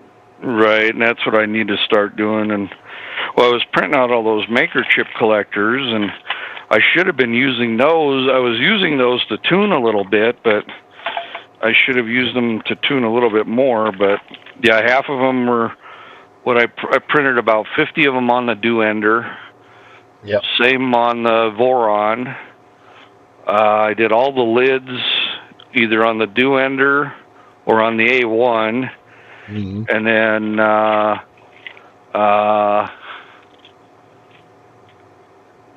did a lot of the tubes on the P1S, but I've yeah, I've got a fidget skull where it's segmented into little sections all the way oh, around, the gear. and uh, well, it's not a gear, but they slip. Like each section can slip up or down, and you can extrude the whole Okay, thing out. And it's my okay. final boss. It's my final boss on the tuning. When I can print that Oh, and take it off the bed, and just a little bit of force, and they all start moving, then right. I'm done tuning, because your first layer has to be perfect, or else it's Hmm. gonna lock Yeah, up and not move without having to cut them with a knife. that's And and yeah, and your extrusion has to be perfect, or it'll be they'll stick together in the layers in between. right, So once that comes out clean, and you just take it off the bed, and just a little bit of popping on it, and it's ready to go, I'm right. done. That's it. Doesn't get any better. Yeah. That egg that everybody's been printing, that Easter egg that slides. Yes. Yep. That's what The I skull's the use. same way. It's the same Yep. thing, but it's a skull. But the Easter egg Yeah. also works. Yeah. So I use that for. That's what I used on the V0 because the wife wanted a bunch of those, and so I had to keep starting it, stopping it, starting it. Okay, that looks like hell. I had a whole roll of Velcro. Well, here it is. I guess this is the fire retardant stuff. That so I was working on that with her for hers, but yeah, those are the final ball. Yeah, that's a great test. The dog ate this stuff. Did he drive off the stream? RJ says Brad has local support. He has 24 hours. 24/7. Yeah, I figure the V0 will need some more tuning once we get it to the show, because I'm sure driving in the car it's going to be bouncing around and everything else. But yeah, Cody, good, for though. the most part, yes. Ellis's print tuning guide is fantastic. It's extremely thorough.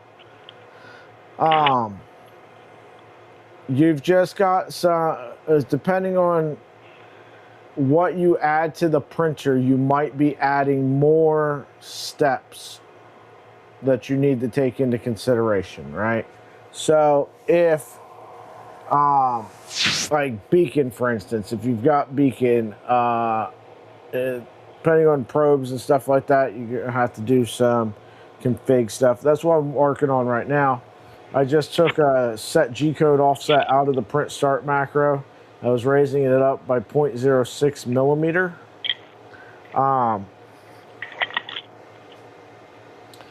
then I also took the 10-minute heat soak out of here temporarily for the purposes of,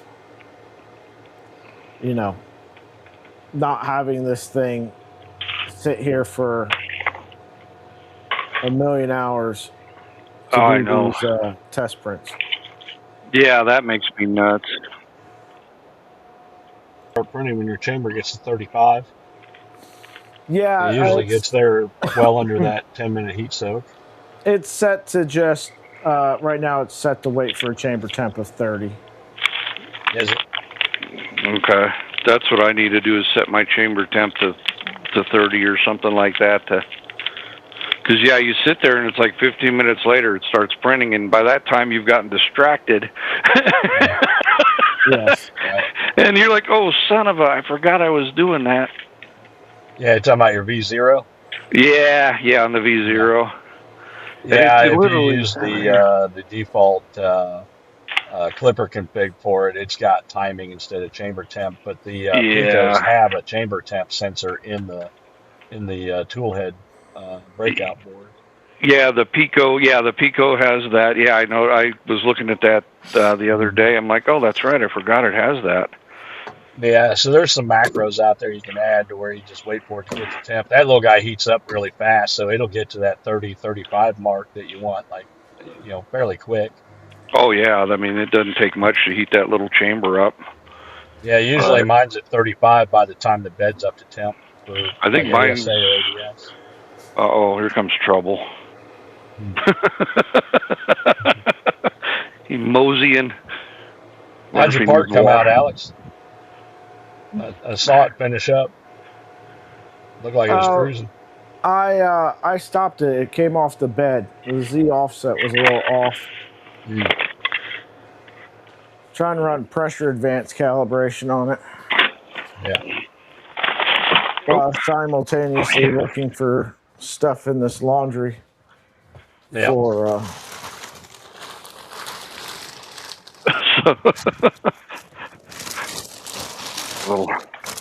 So I found these for Dan and Alan. If you could read it, it's a caramel apple van. There you go. That's awesome. That's perfect. Yep. The advantages of being the Hot Wheel nut, right? Yeah. Where did these come from? Okay. Oh, there's the spool of Velcro I was looking for. I'm too efficient. I packed it. Yeah, how many freaking servos do I have in here? But yeah, it should be fun. I'm looking forward to it. The wife and I are going to drive back and forth both days, all day. Well, we're going to be setting up and that stuff, so we'll be driving back and forth. Oh, the glue. And so it should be all right. It's cheaper to put gas in a Suburban than it is to get a hotel room. Yeah, probably so. I don't know. It depends on where you're at. It depends on the time of year and the location. Well, where we live, I could take all back roads for about, I think it's 100 and some miles one way, but I could take back roads for about 70 miles of it. Yeah. So, and there's no traffic. There's no, you go through a couple of small towns where you just have to watch your speed because, Yeah. But, I mean, that's honestly, where I live. Man, I drive like an old man these days. My work van's GPS monitored, and if you go more than 6 over, they get on you about it. Oh. And, so I've gotten in the habit of just sticking maybe a 1 or 2 over the speed limit tops, and I just drive like an old man now because it's got to be my habit. Yeah, that's what I did when I had my work van. I'd a couple miles over the limit, no big deal. Plus, I figure we're not in that big a rush. We'll get there. We get everywhere early anyway, so I plan ahead. So I still can't find that damn. I guess my desk is going to get cleaned off one way or the other, isn't it?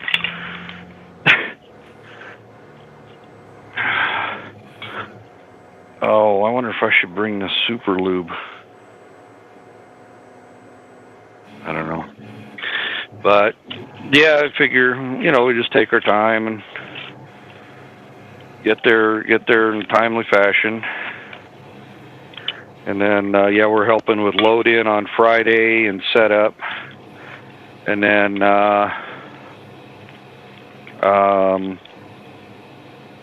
Saturday, I think another guy, he has the first shift in the maker stage.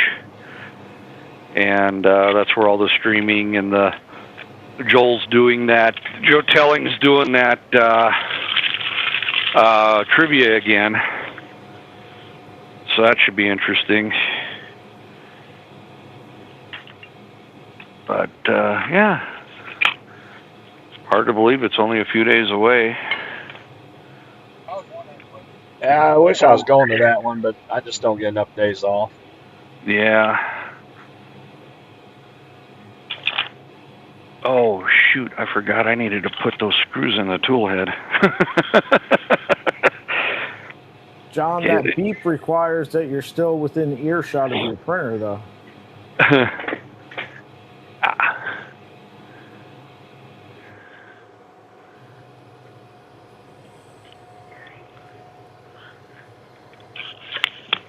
Put this away for now. All right. What the hell did I do with that thing?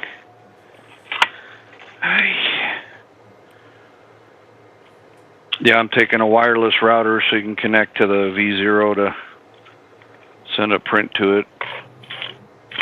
I'd like to get the file that Keela used to print this little Spartan guys, and then I could just load it up, but I tell you, one of my favorite things to do with my V0 is it's a Revo, which yours probably is too, because you're probably using the nozzle that came with it. But I like sticking a little .2 Revo in there and doing little minis on it, man. That thing is great for little miniatures. oh, You gotta cut the Excels down. I've got a whole profile just for minis. nice. I've got, no, I actually have a volcano type hot end in it. I figured, I actually made it for the wife, and figure all the stuff she's printing will print great on that. Yeah. She's doing little tchotchke stuff, so Hmm. little mini stuff, but I love my V0. I use it a lot more than I ever thought I would, man. I use it just about every day. for the size of the size of the stuff you print on average, it's the perfect size. It's really a good size for it, so. Hmm. Well, gents, I got to get back to work. Y'all have a great day, and I will go back to the audience and lurking. Well, you have a good day, and don't work too hard. I try I'm, not to, but I fail.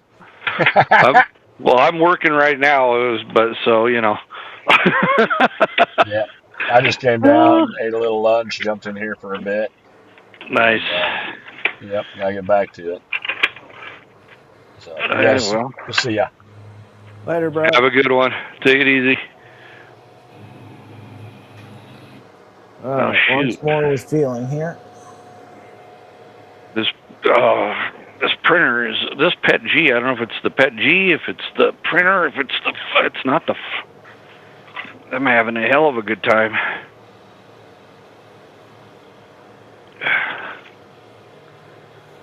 Printing Brillo pads over here.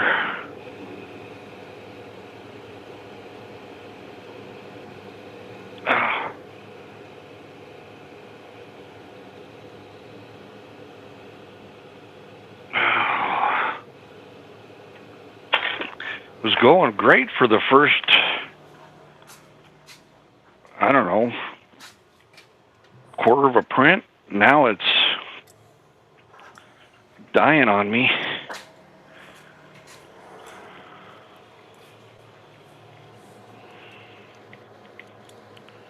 So when do you head out, Alex?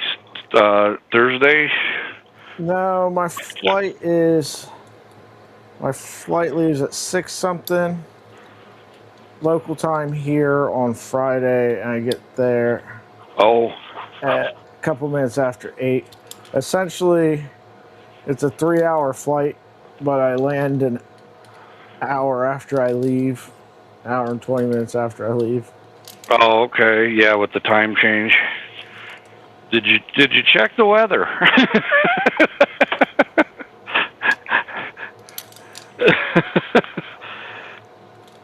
It's going to be a high of 50 something on Friday with partial snow, I think, and then I don't think it's going to stick. Hopefully, it doesn't screw up the flights, but yeah, it's supposed to be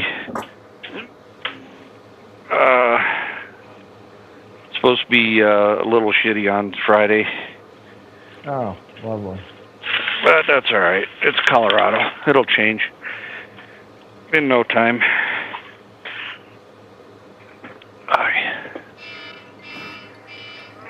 How you doing, Martin? Oh, hold on 1 second here.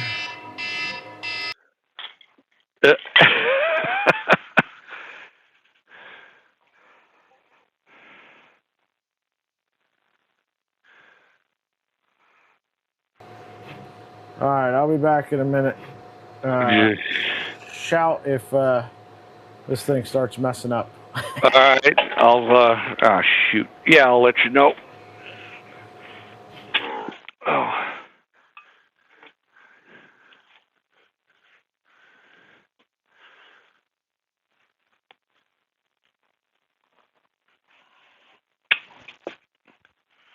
Good thing my head's attached.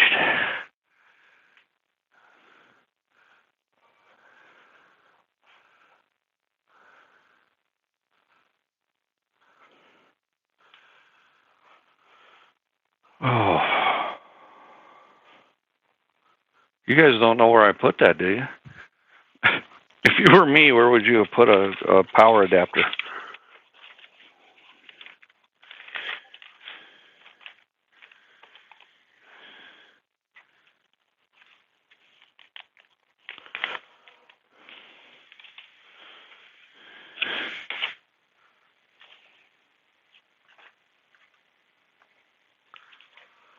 Top left drawer. I checked there.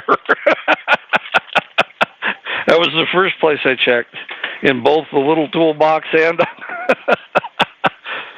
and the desk drawer. I'm gonna blame the wife. I think it's her fault.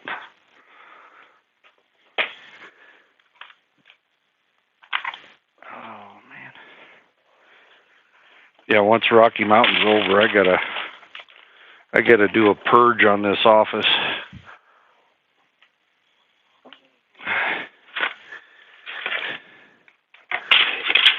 Let's see.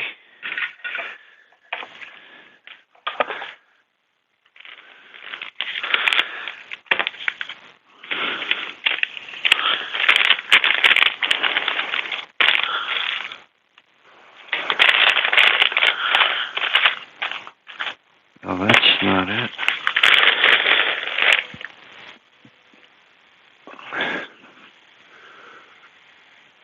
That's a very good possibility, John. They're like a reverse Santa. They come down the dryer vent and take it. I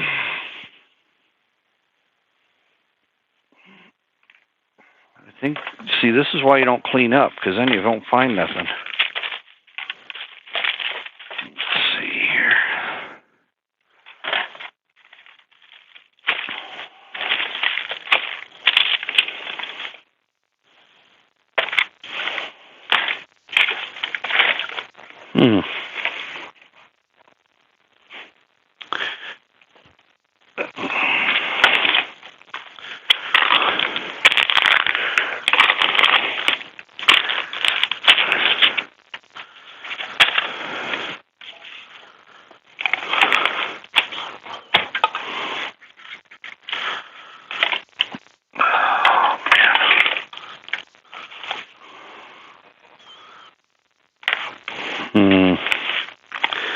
Well, hopefully you don't need it, because I'm not finding it. Wait, did I just find it? I found it. I'm back. That's a weird place for the printer to park itself, though. Okay. Well, I cleaned up some of my desk looking for this stupid thing.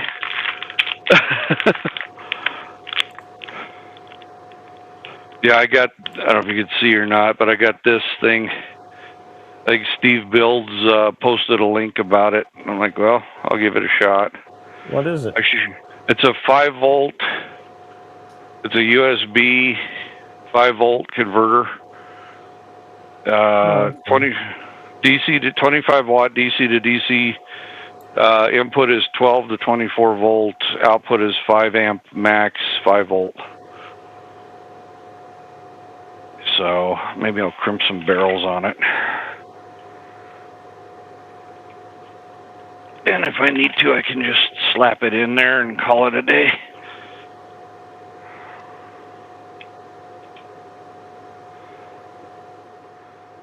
I might do that anyway and use it to power the wireless router.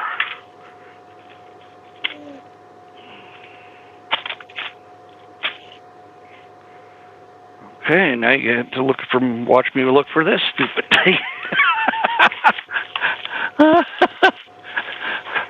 I'm so organized.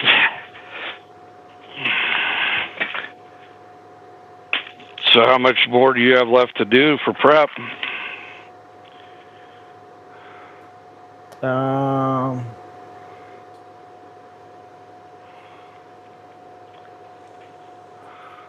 I gotta put these mics that I'm using now in my luggage. Uh-huh. I need to get this charger. Well, I've got a set of DJI minis I was thinking about bringing just in case somebody's blows up.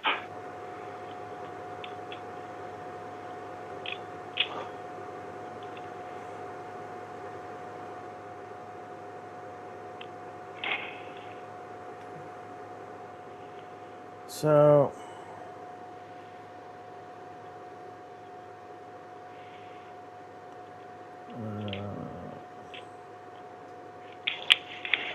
why did this not go back to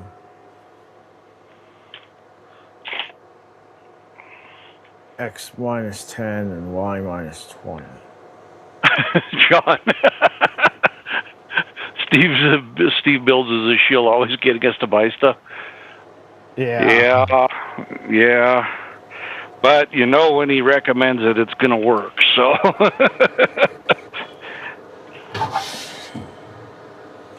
All right.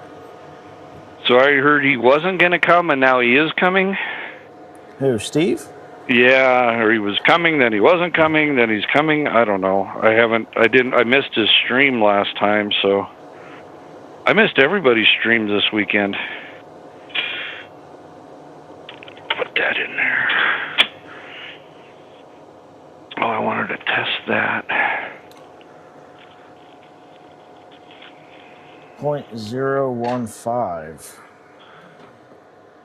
What's that? Your Pressure advance. Oh, nice.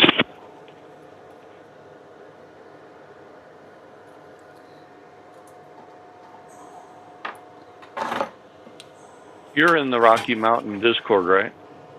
Yeah.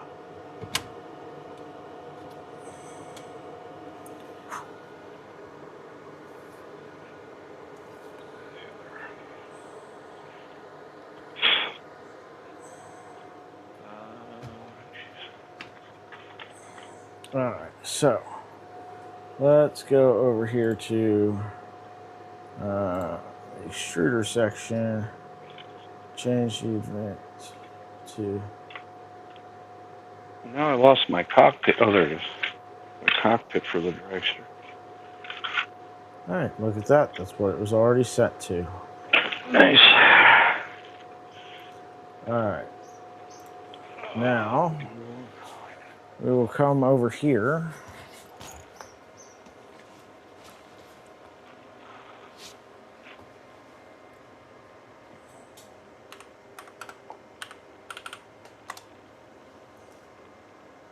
Home, new project, calibration, retraction.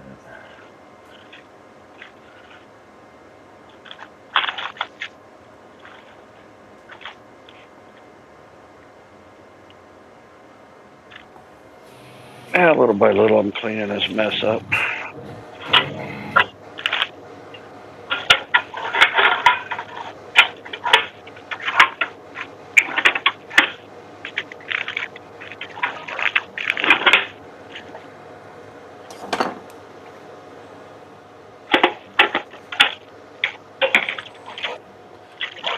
Half of the crap I'm having to do on this is just getting rid of all the stuff that I had in there to make the box turtle work. Oh, yeah, that'll be my next. After Rocky Mountain's all done, I'll tackle the box turtle. Get that up and going.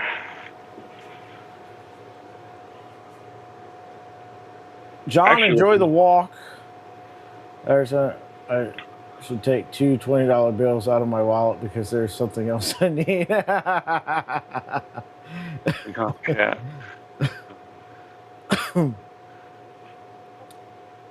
It's funny. Yeah, that's true. Just start a Steve recommends jar, and just start throwing cash into it, and you'll be all set.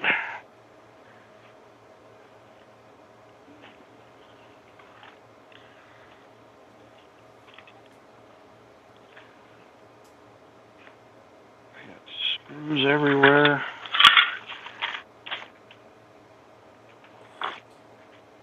Hot Wheels everywhere. John, that's pretty sweet. The email notifications straight from Moonraker.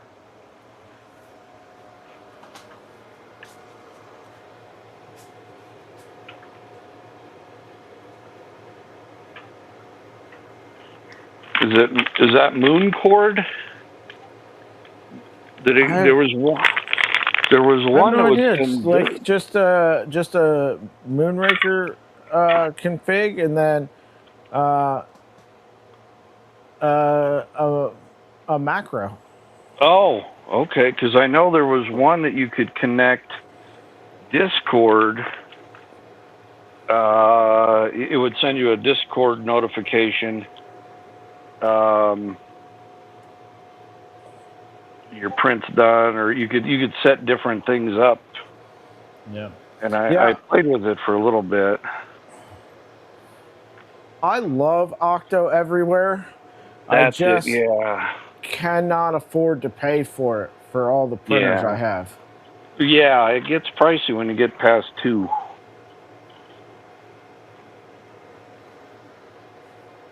Yeah, I was. That's what it was. I think was Octo Everywhere that I was using that did that. The Discord alert. Yeah, it just got to the point where shelling out like $16 a month on the thing, I couldn't do it anymore. Yeah, you start nickel and diming yourself to death to some degree with this stuff. You know. I was talking to the guy at the place downtown. He does printing for like craft shows and stuff like that. But he's got a whole storefront that he uses as his print farm, and then he sells stuff out of there too, right? So you walk in and buy stuff. Okay. Not printers, but printed models. But he said he's got like 30 or 36 Patreons that he's subscribed to. Holy cow! Yeah, that'll break you in a heartbeat, depending. I think I canceled most of my Patreons. They were because we were doing stuff for craft fair season, and then we stopped. It's like, well, I'm not selling this stuff, so I'll just when we start doing it again, I'll re-up it. We only had a couple of them, but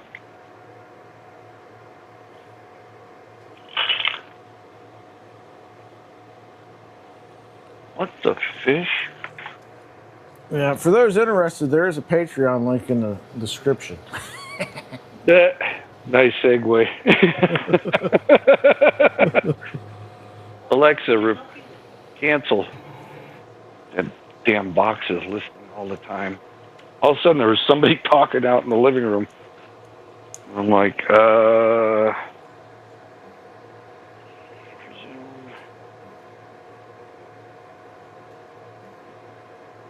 don't know what it is with this Pet G. I dried it, and I'm trying it another printer, and it's being finicky in there too.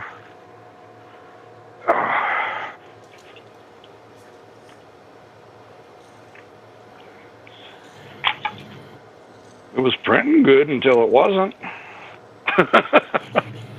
That's generally how it goes. Yeah, I mean, it got that far, and then said, I'm done. So I need to put the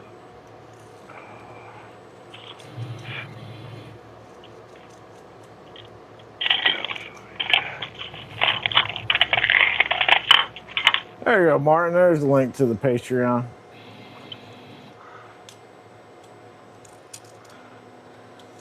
The Patreon is nice. There's only a handful of people that have Patreon memberships, but it's nice because when I'm like, crap, I need I need this one little part. It's just like a couple dollars, but I don't have it. And I'm like, oh yeah, I probably got a couple dollars in the Patreon. Hey, if it works. Need another spacer, and I need another. That's what bought the orbiter sensor on this thing. Oh, really? What the hell's going on out there?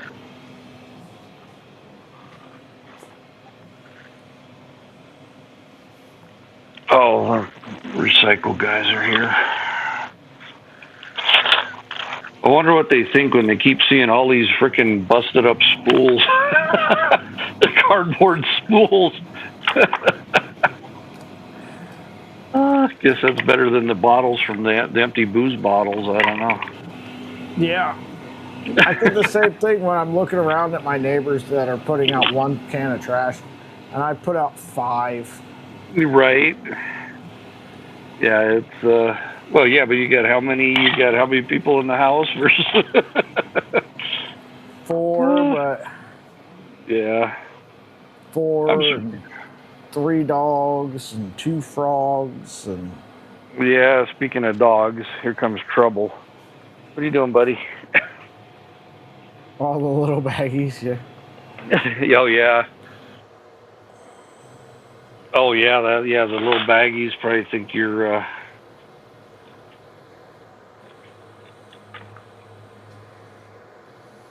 yeah, I gotta actually darn it, I was gonna get rid of some of those bottles. The wife keeps saving the bottles from the empties.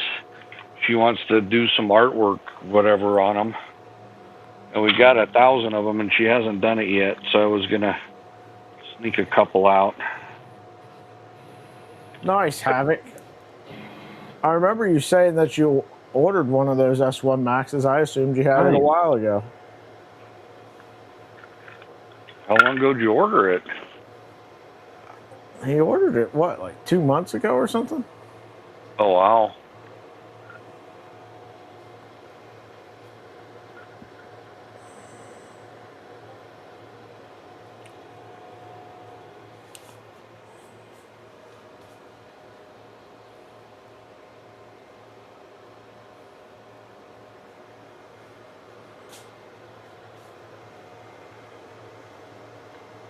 Oh, let's see what. So I'm missing a spacer and a screw. I need to finish putting the tool head back on the V0. I kept taking it off, so I just put it's held on by the 2 front screws. But I need to get the back screws in it. Tell you what, I was happy that I got that new ID standard for your driver's license and stuff. Oh, the federal verification? Yeah. It's just like you got to provide one extra. You ordered it November 25th. Oh, wow. It just now shipped.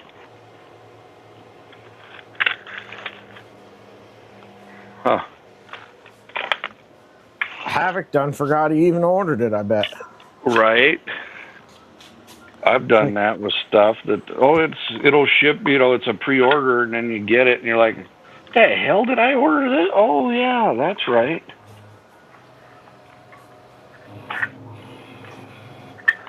And then the wife says, oh, yeah, sure, it was a pre-order.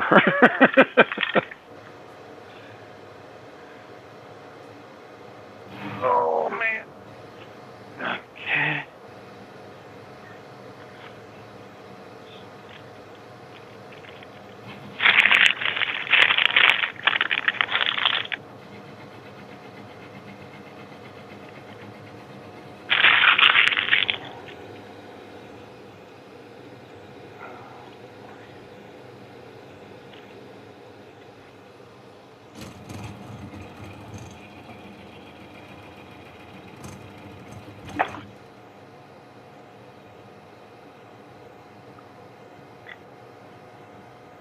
Should have named this dog the Toxic Avenger. I don't know what the hell she's feeding him, but she's got to stop. Man, knock a buzzard off a garbage truck at 1,000 paces. Let's see. Well, somebody.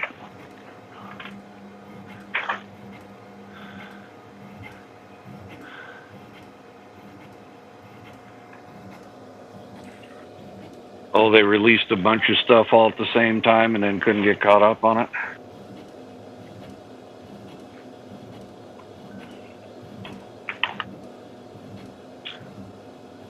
So you gotta bring that for chamois.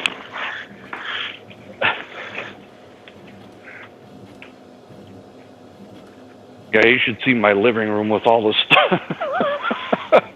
All the stuff. Well,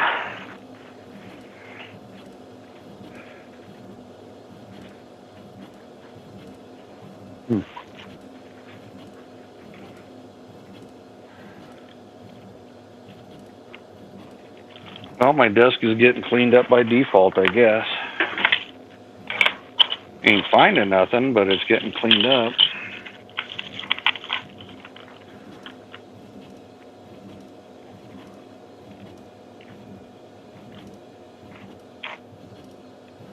I think didn't Dave 3D and T he got that, didn't he? Or am I thinking of another one? What is this now? The Cobra. Oh no, he got the other Cobra. I'm thinking of a different one.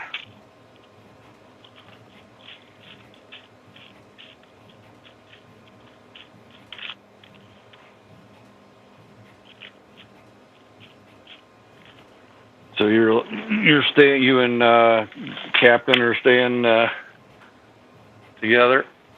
Oh yeah, that's right. They've got the Cobra X. That's cool. So how are you? Are you Ubering it, or are you getting a rental car? No, hitching a ride with Cap. Oh, nice. That's cool. Oh. This. Yeah, it'd be nice to meet some of you guys finally. Well, all you guys. Absolute crap. Yeah.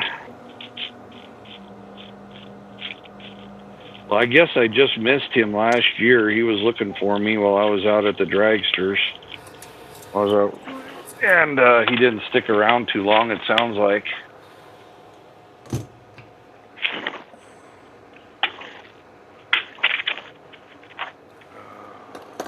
Well, let's try this. Over here. Home, new project.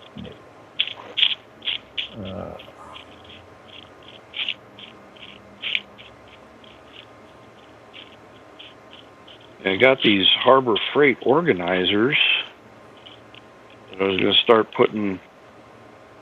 trying to get all my screws and everything all in a central kind of, got this thing. I was going to start using these to try and standardize everything, but I need to print out the bins with the label tags on them. Just didn't have time yet.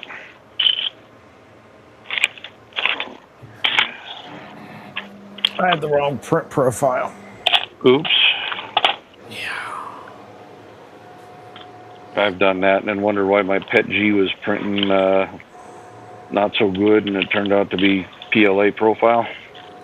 Yeah, well, I was printing with a speed profile. Oh.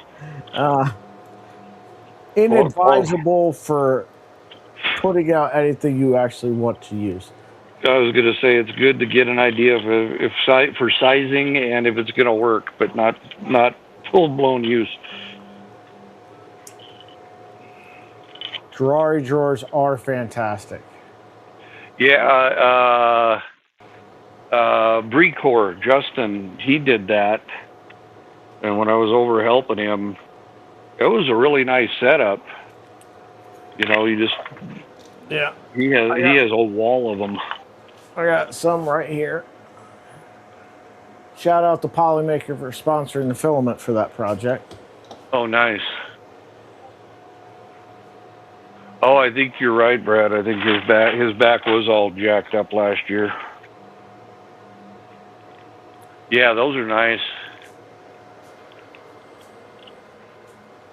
Yeah, they don't warn you about this getting old crap, how shit starts to fail. Yeah. Used too much when new. That's the problem. No shit. Yeah, it's Youth is wasted on the young. right. They don't know what to do with it. No.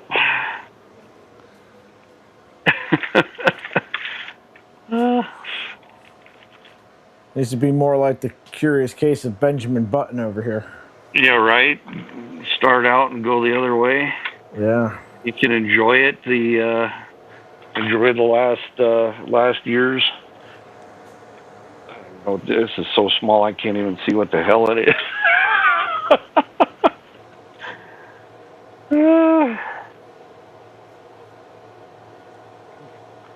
Oh, it's a freaking eye for one of her peep things. Jesus. Yeah, I was printing all these test prints at 50K excels and 600 millimeters a second. Oh, I'm sure they came out wonderful. Not as bad as they should have. Oh, really? That's funny. Oh. Posted a picture of your drawers and beer fridge. Let's go over here and take a look. Yeah. All right. What is with this computer? There we are. Yeah. Let's make it bigger. Oh, yeah. That's a lot. Yeah. Oh, you should see. Drop into here. Let me see if I can find it. In Rocky Mountain. Was it in the General? Somebody pinged me. Oh, okay. Let's see if I can find the picture.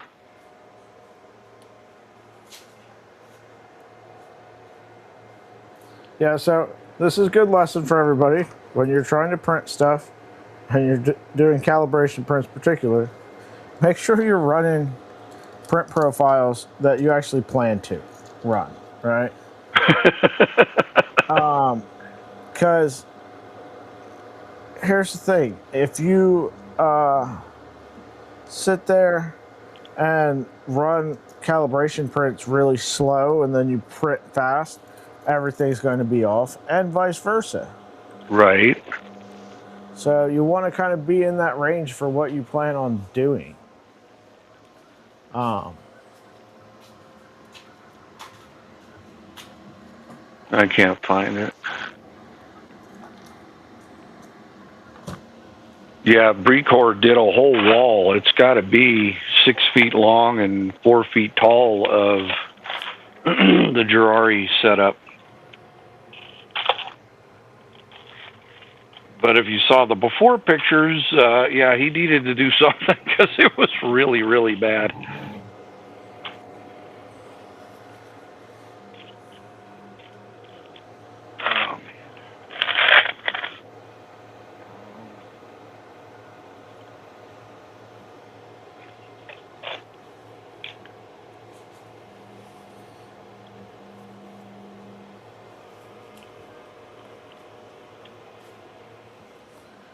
Tell you what, I'm excited for having this thing working though.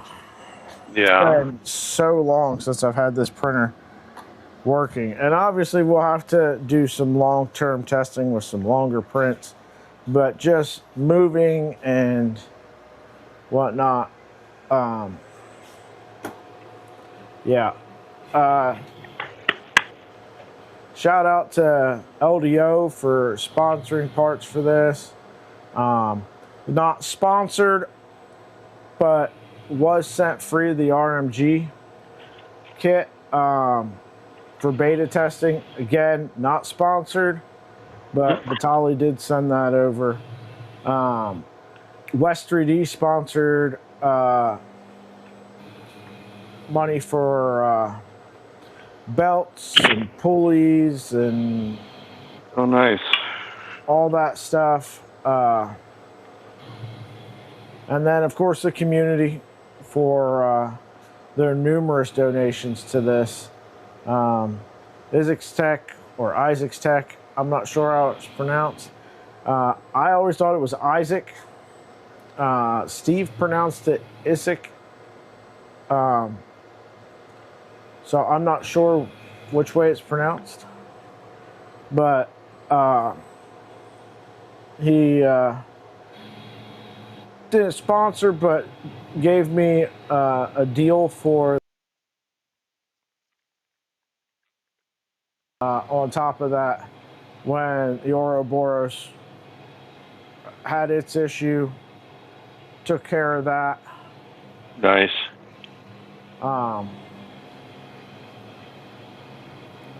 I got the takeoff and tube for basically the price off a tube, or the price of takeoff tool head, whatever, from Belial, aka Pulsar 3D. So I've gotten some deals on stuff. I've gotten some sponsored stuff and some beta stuff. So endlessly appreciative of them. Community members that donated stuff. Brad on the power supply, on ferrite beads. John Doe sent over a USB tester thing.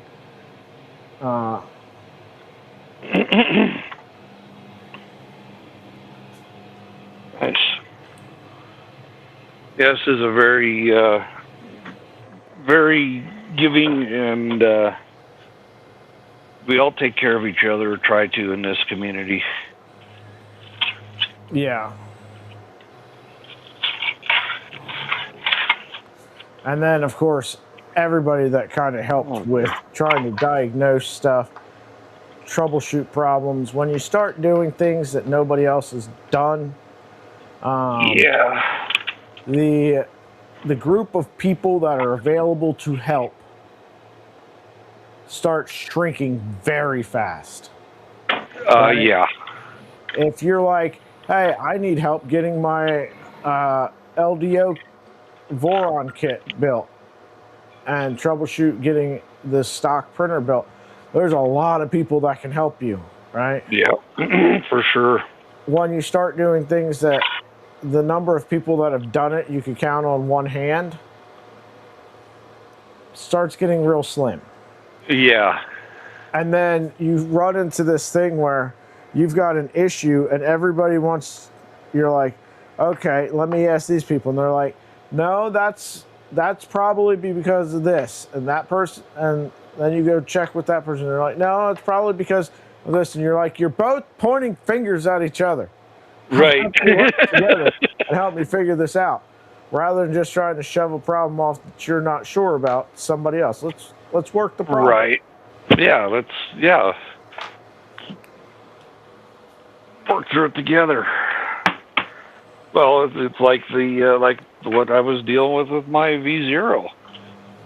You know, I had LDO, Jose from LDO was working on it, and then you and Brad were helping me with it, and you know, we knew it was something with voltage, and because I'm a stubborn ass, I didn't want to just put a power into it, but you know, we all worked on it together and jumped in to help see what we can do.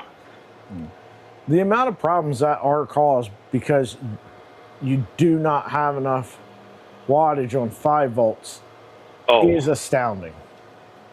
Oh, yeah. And you don't think about it. You think 5 volts is nothing, but it's not just the voltage, it's the wattage. Yep. You know. The Raspberry Pis, like, Pi 4, especially Pi 5, require quite a bit of amperage. Mm-hmm. And, Oh, yeah. and it'll max out the standard power supply. Oh, yeah. Even the power supply you get when you buy like one of those Cana kits, it's not enough sometimes. Depending on the quality of the power supply, it can cause you problems too. I've had that before. All right. We need more purge. We need lots of purge. Nice. Okay. Where's our first one?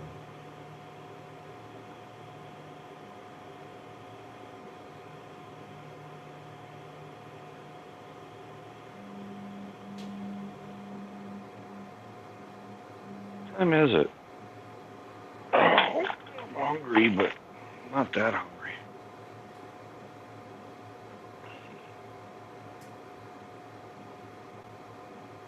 What does it say is the weight?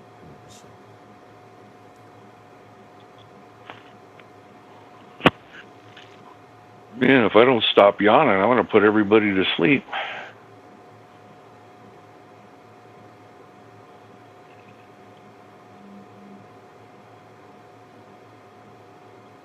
Yeah, I can't find that picture of what Brecor did. He did a monster. It's massive.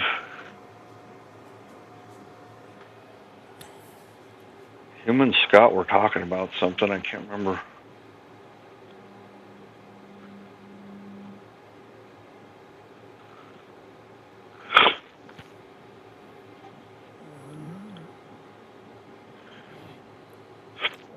Let's do. So then, when do you head home? So I'll get dropped off back at the airport after the show on Sunday, and then my flight leaves midnight. Oh, so it's a quick and dirty.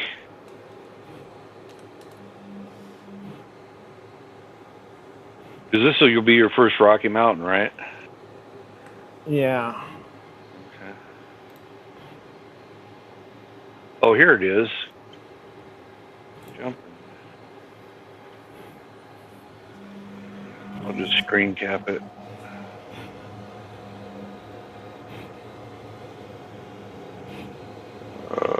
Copy, beer fridge. Projects. Beer fridge. Man, that's about accurate.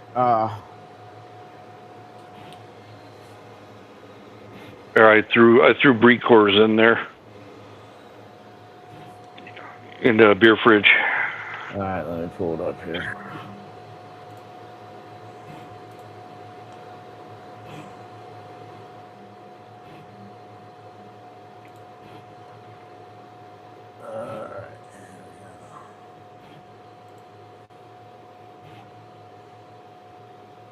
You little nuts.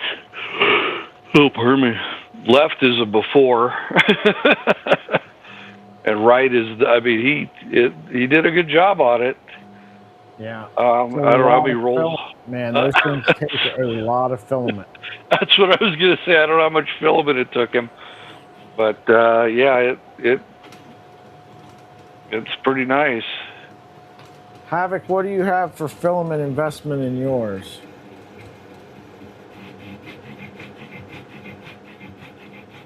All the filament.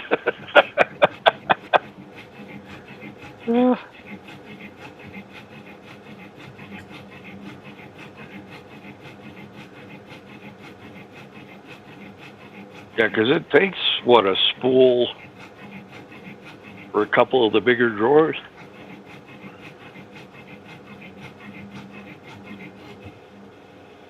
That's funny. His logo just came up, and that's what I have. It finally, damn thing didn't warp, but it put a freaking hole in the logo. See it or not? Yeah, in the X.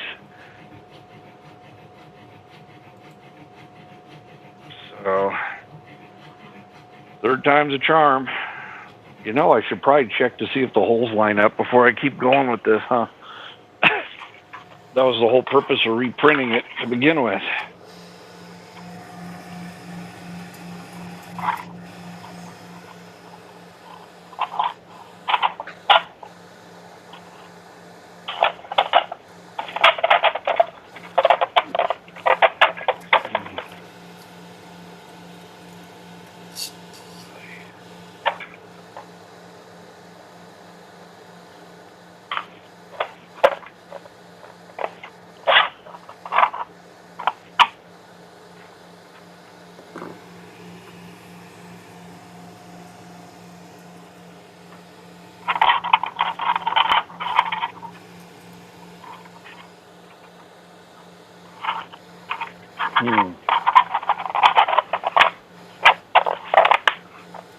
Yeah, it shrank even more. Damn it.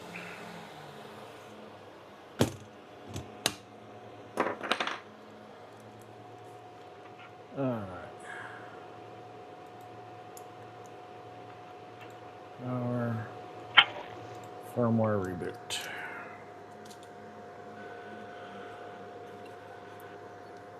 Is it? Good body.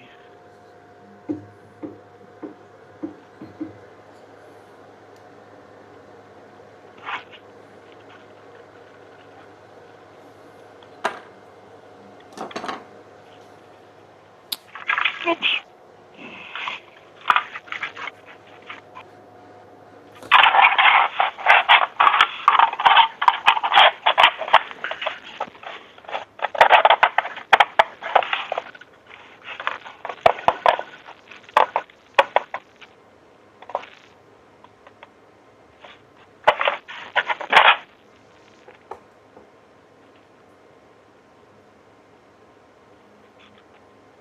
Hmm?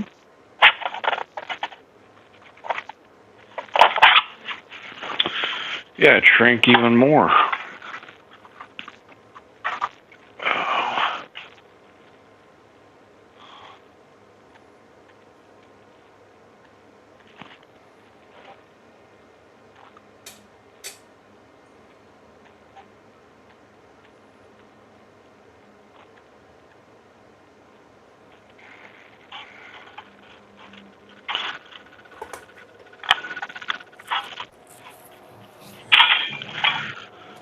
Oh, I can see how productive my day at work is.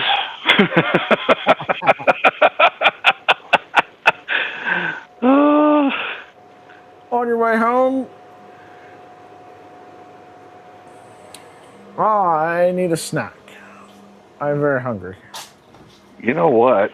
You just mentioned, I forgot. I bought a bunch of those meat stick thingies. I'm about to eat some string cheese. Yeah, I got some of these the little beef snack bite thingies. Oh, that sounds good.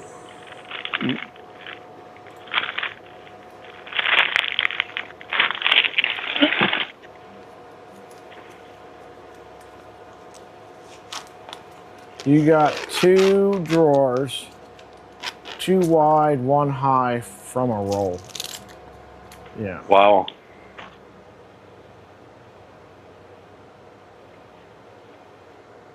Rained out for the last half of the day. That's tragic. You're going to have to find something to do now. Yeah.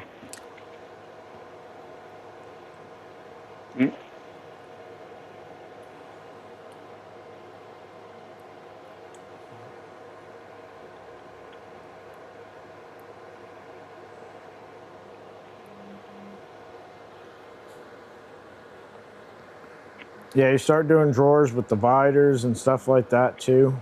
Mm-hmm. 65 total drawers. 185.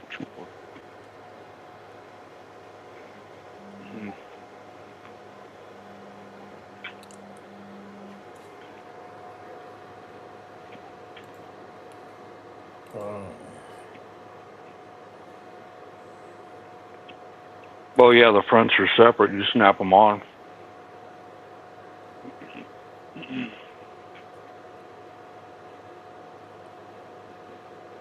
How's it going, Raj?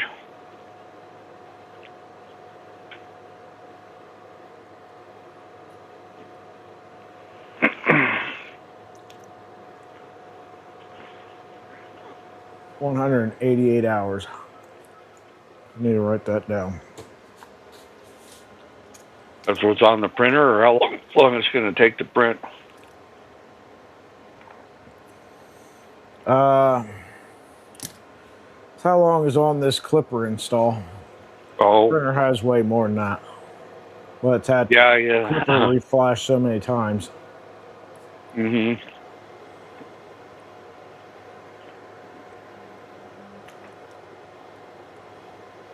It's probably closer to 2,000 hours. Yeah. Oh, very good. Raj, how's it going?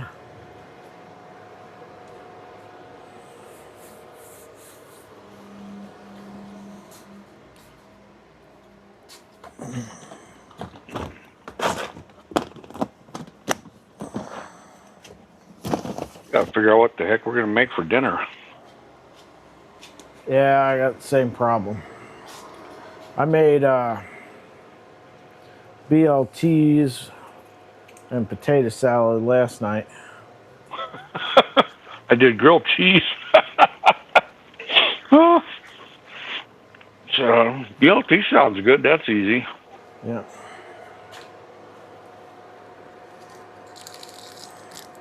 I don't know. I wasn't in the mood for anything like hot and heavy on your stomach. I Right. just wanted something light to eat. Yeah. I usually do with sugar bacon. I'll make sugar bacon BLTs. The bacon we had was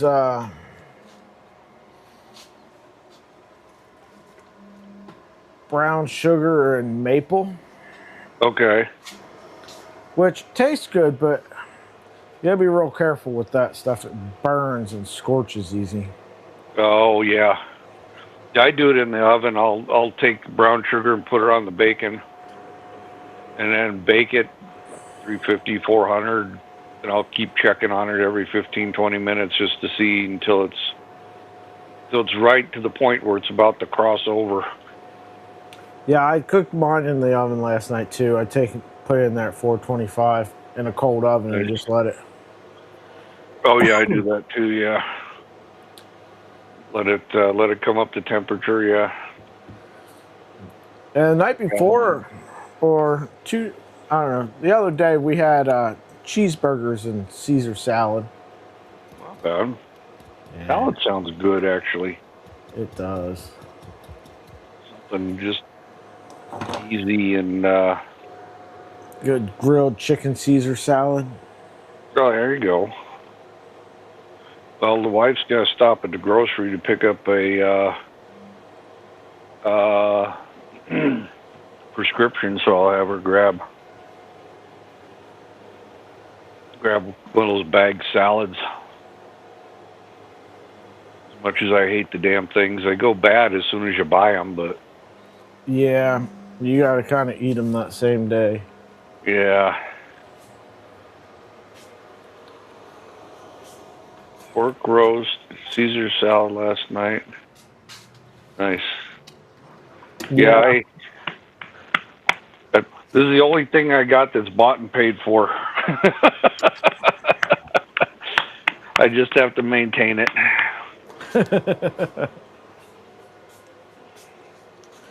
I'm in shape. Just a round shape. Round is a shape. Pear's a shape. I used to be skinny as a rail. Yeah, me too. Then you hit a certain age and everything starts sticking. Yeah.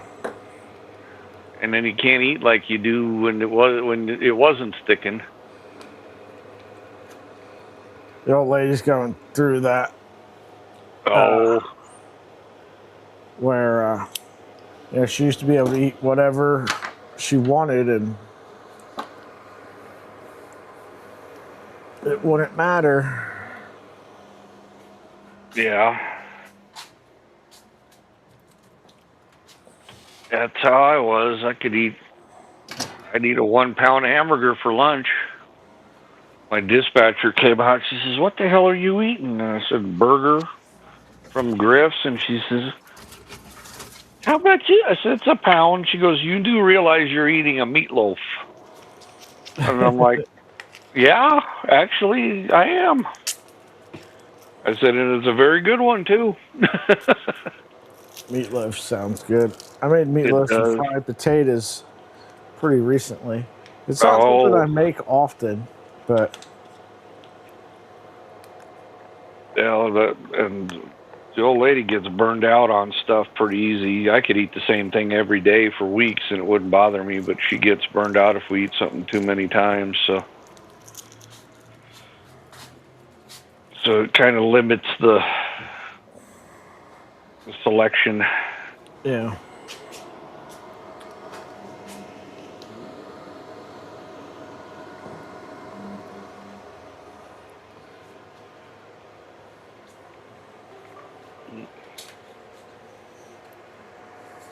I just have a hard time getting the girls to try anything new. Oh, yeah. I dated a girl that her kid got sick. She ate macaroni and cheese. She had the flu, got sick. She says she couldn't eat anything yellow anymore. So when I was a kid, somewhere between 5 and 8, we had got pizza for dinner, Uh-huh. and in the middle of dinner, I got sick, and I didn't eat pizza again for years. I Oh, was almost a teenager by the time I ate pizza again. wow. And it wasn't the pizza that made me sick. It just happened to be what I was eating at that time. Right. What's funny is kids, how we correlate things without. That's about right, Brad. These days I gain 5. Yeah, isn't that the truth? I look at a burger and I gain a couple pounds. I know. I strategically plan my route so I don't drive by a McDonald's. There you go. Not that I'm Although gonna, not that I'm gonna eat anything, but just the presence. the thought of it, yeah.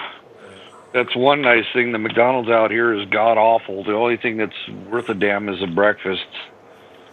So it's not like we go there frequently anyway. But yeah, last time we ate there was about 2 years ago. Bunch of us. It was the only thing open, and a bunch of us went there. And we opened the burger up, and it looked like somebody took a ball peen hammer to the patty. You could see through it. Yeah. I think dinner tonight is going to be tacos. That actually sounds good too.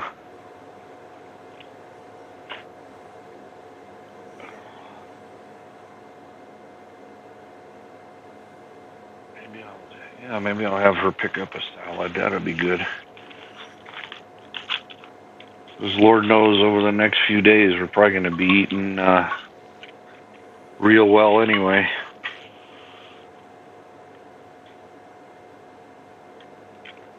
Okay, did I?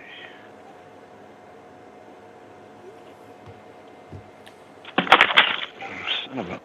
Oh, there it is. Okay. No, this failed for some reason. Why did this fail? Oh. Okay, well, hot end's cool enough now. Let's try. Nice. Let me get this thing up here and get that hot end bolted on fully. Oops. Now that I found my spacers.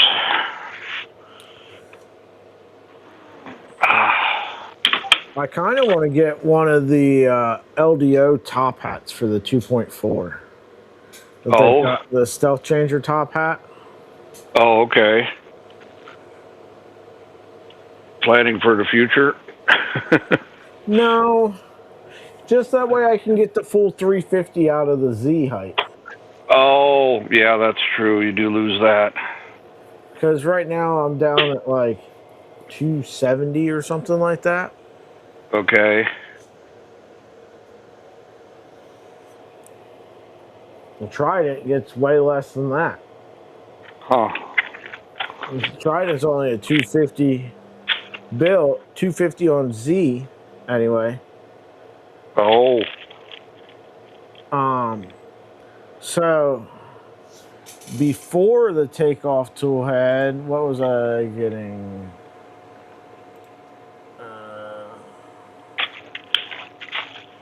Z.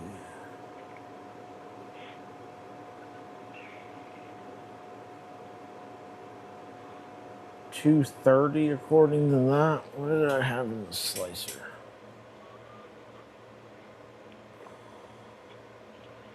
Motion ability. No, basic information. Yeah, 230 is what I was getting before out of the Trident. Oh.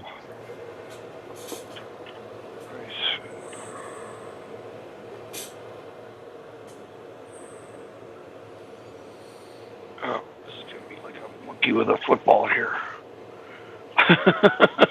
No, the 5-inch display looks kind of sharp on there, doesn't it? I like on the top hat of this? Yeah.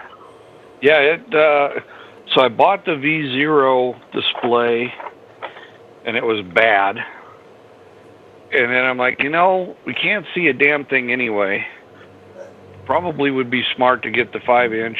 Yeah, it works out pretty good, so.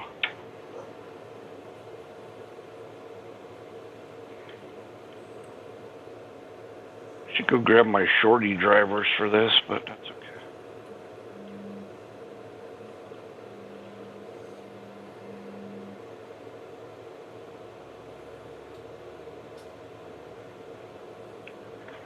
Yeah, it's the Big Tree Tech HDMI 5 display.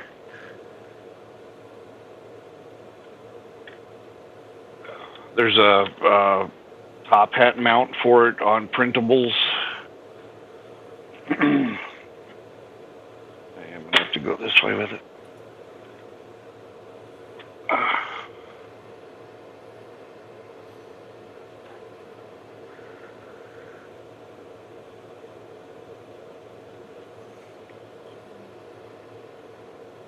Oh, how the hell did I manage that? I wish this printed top hat thing that I put on the Trident here came out to the door. Oh. Because up here, like, it doesn't come out to the door. Oh, it's not lined up with it. Yeah, I wish it kind of like canted out to come out flush with the top of the door. Oh, yeah. I managed to jam my spacer in between the carriage and the head. Yeah.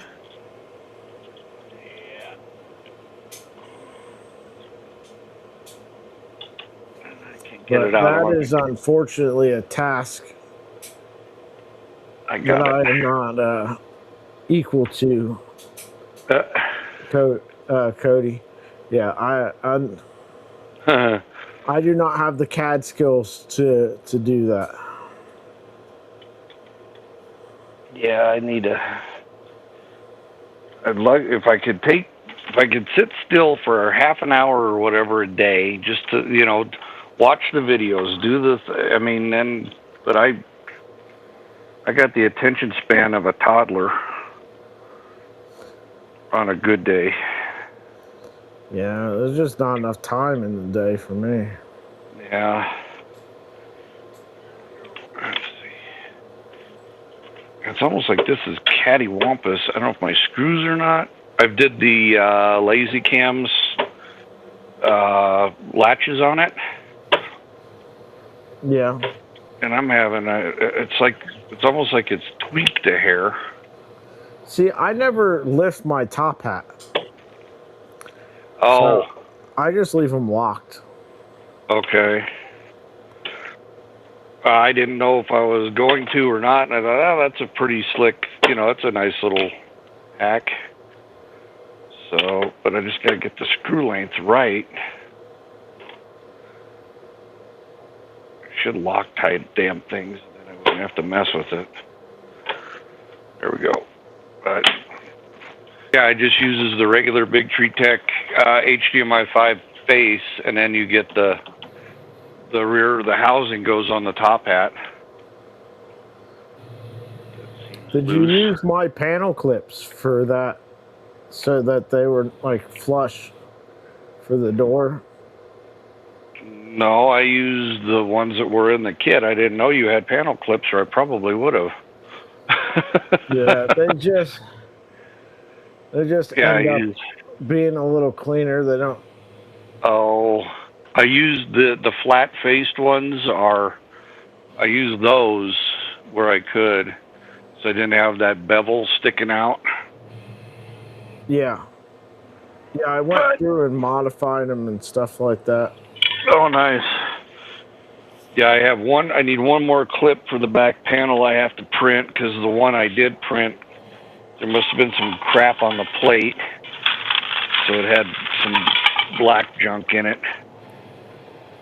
That or something on the nozzle fell off, and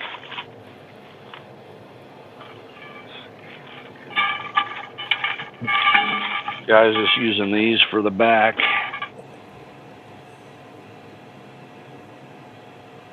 You can see I got junk in it, so. Yeah, I've spent some time working on learning some CAD, and I've got some basic stuff. I can make simple things and my way through most stuff, but something like that, I'm not equal to that challenge.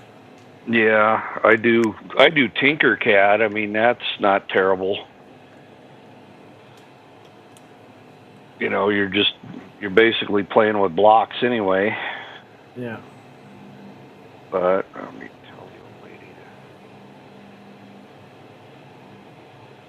Yeah, they're on my printables page.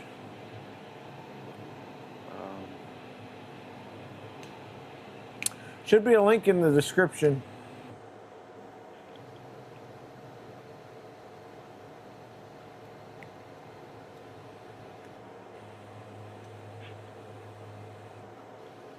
What the hell are you all worked up about, little girl?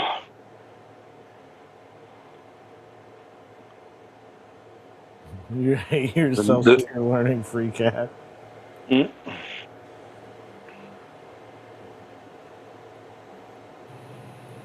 FreeCAD, I haven't messed with that. I started messing with that, actually, and just, it seemed worse than regular CAD to me, but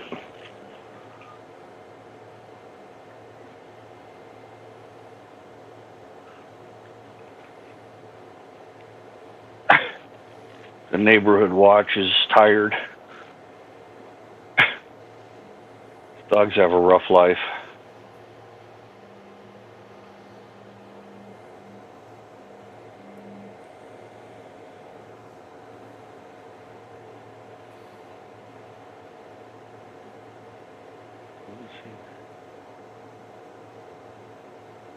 Cap's got me debating cutting my hair.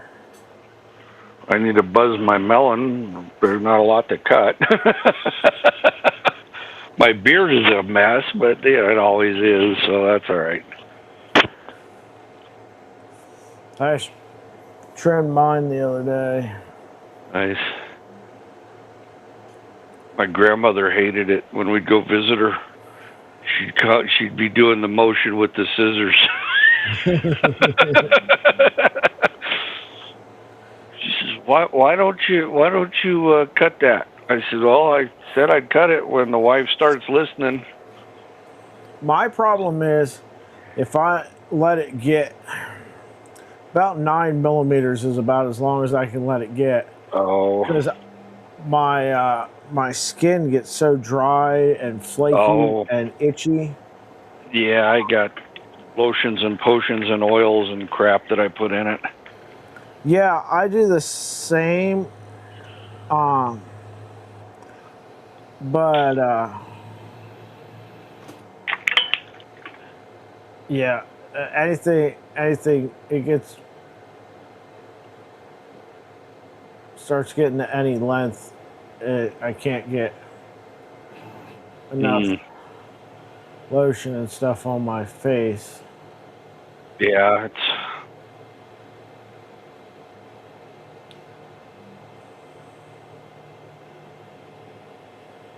it is kind of a pain in the ass some days, but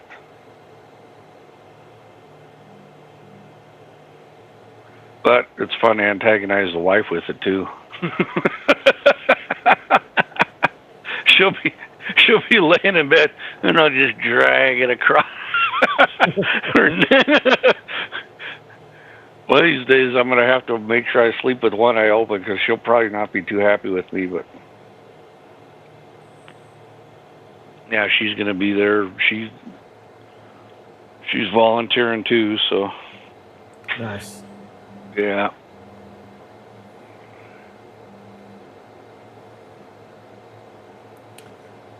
Hey, she puts up with me, so she's John got a Doe got long 2-mile walk in. wow. Gonna go do another 2 miles for me. Hey, LTX. Oh.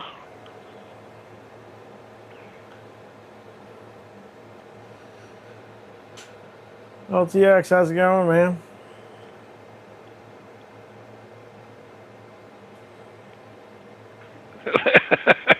Thanks, I appreciate it.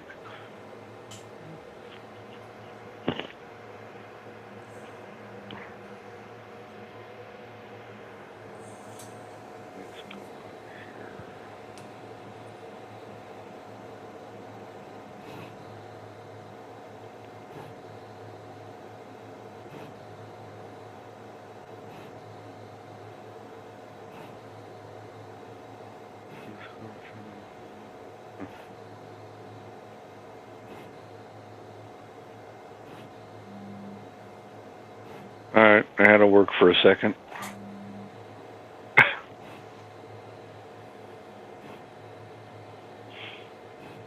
Doing pretty good over here. Just working on doing some tuning stuff.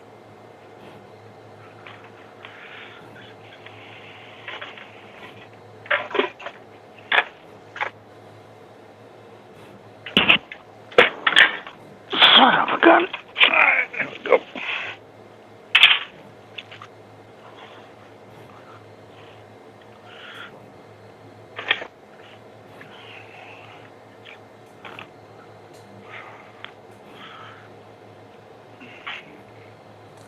No, I did figure out why it was failing though. So the amount of air that these Delta fans on the takeoff blow, blowing so fast that when they ramped up to full speed, the hot end couldn't keep up and the bed heater couldn't keep up with the amount of air that they were blowing on it.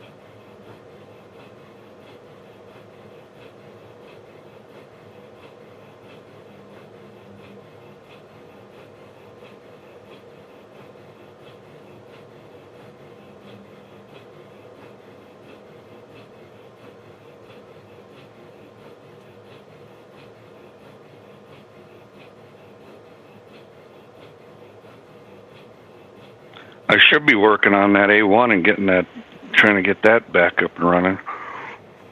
Yeah, we were looking at that new Bamboo, the X2D. Oh yeah. Man,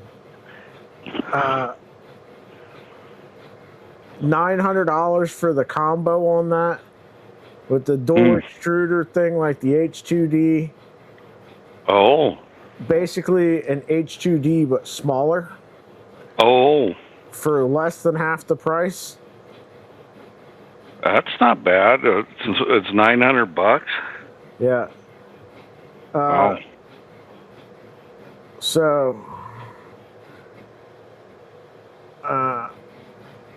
if I was going to buy a machine, that's probably the one I would buy right now. What's the one with the... Personally. Not saying anybody else should. I'm just saying Right. me.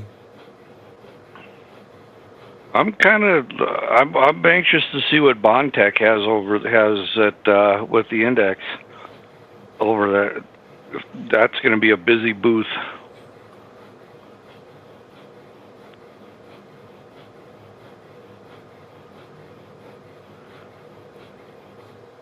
Is it manual switch? I didn't see that, but I mean, I'm still fine with that.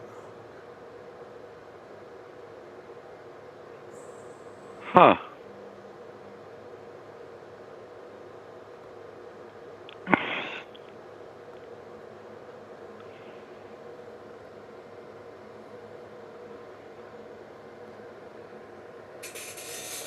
Oh, that's what they released today. That's right.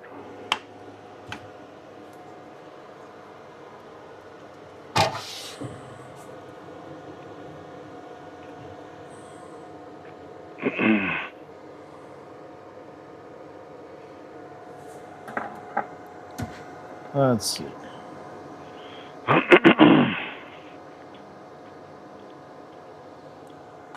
.03. I'm going to go grab the can while I'm thinking about it. I'll mute so you guys don't have to listen to me rolling it up the driveway.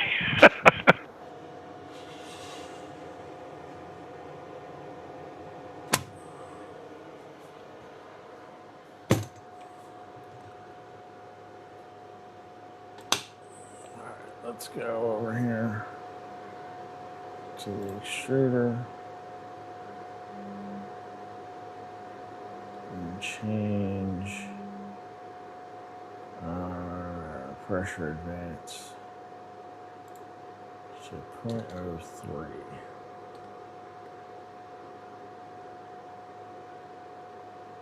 Save and restart.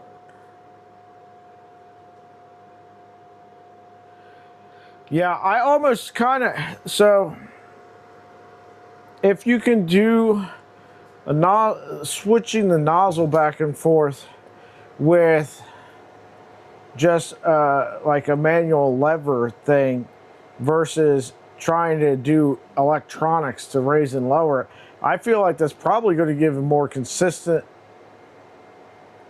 and longer long-term reliability.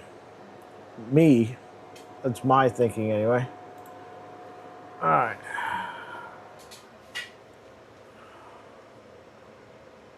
Prepare.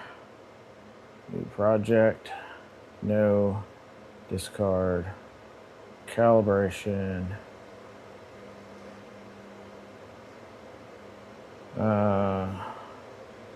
Retraction. Slice. And print. Upload and print.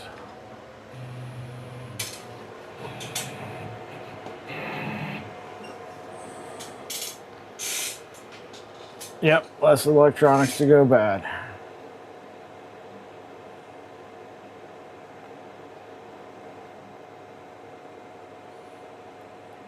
Well, hot and still too hot.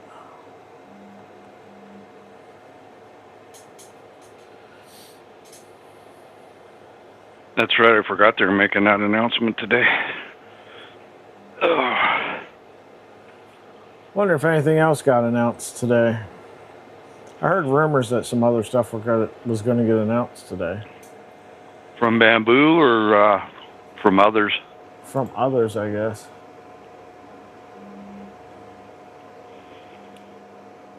Let me look at the ether web and see what it says.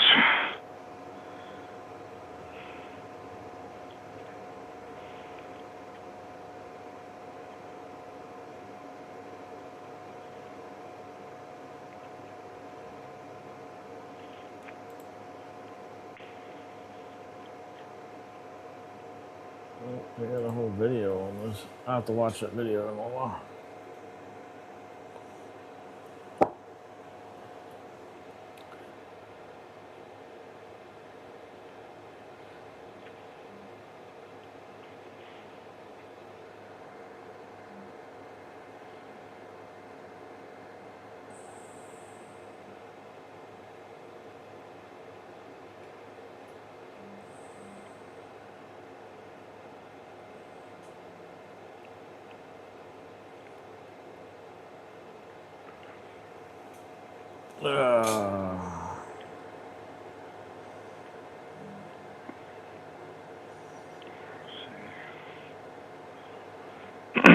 I think, did Big Tree Tech have anything, or no? They've released everything, haven't they? Let's see, Big Tree Tech.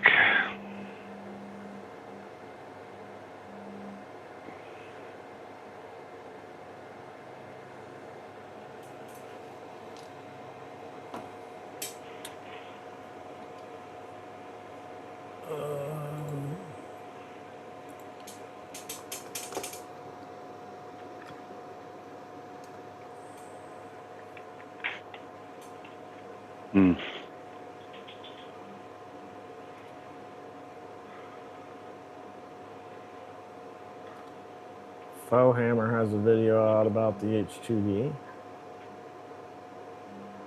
Oh, I did see a blurb from him.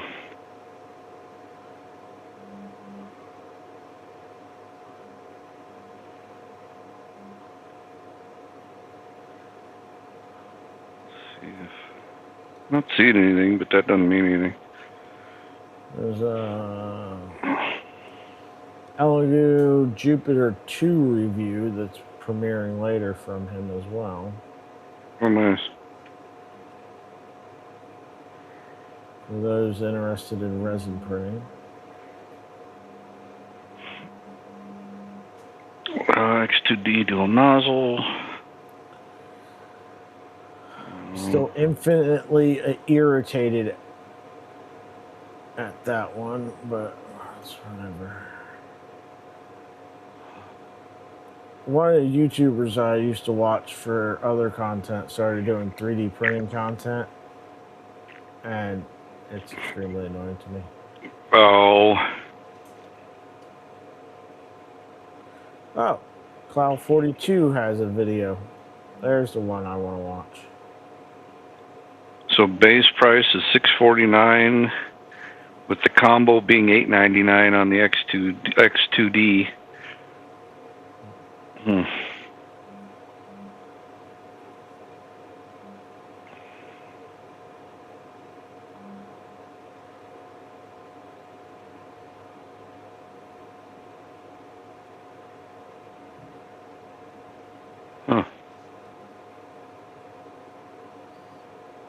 Yeah, I don't see anything else showing up in my feed other than that Elegoo resin printer and the X2D. Oh.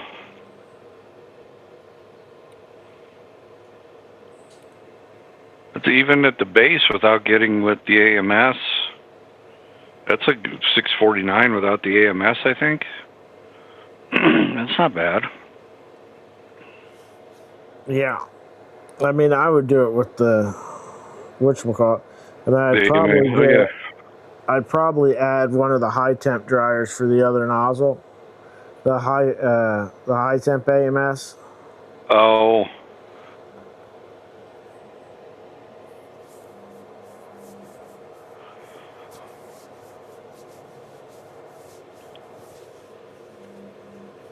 Nice. They just send me one. Bamboo, why don't you love me?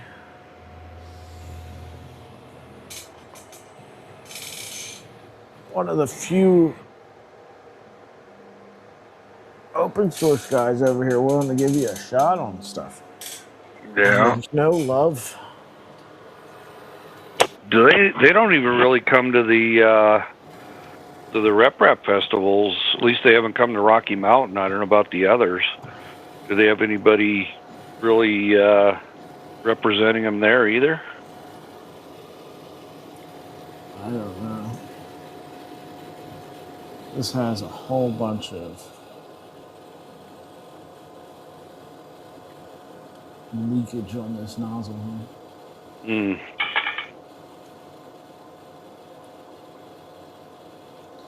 Main menu, move.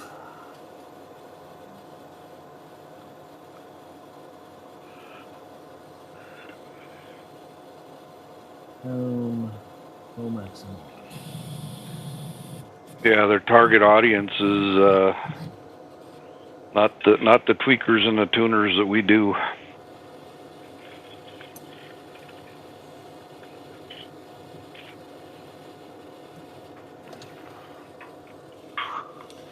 Yeah, it's like, so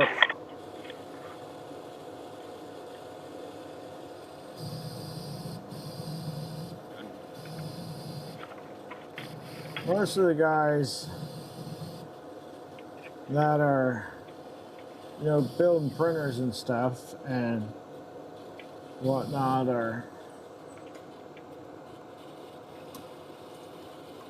I have an issue with their business practices and stuff. And the guys spent a lot of time. Yeah. In the business and manufacturing world, right? Like, I get it and I understand it. And Sure. I understand it's not for everybody. Yeah.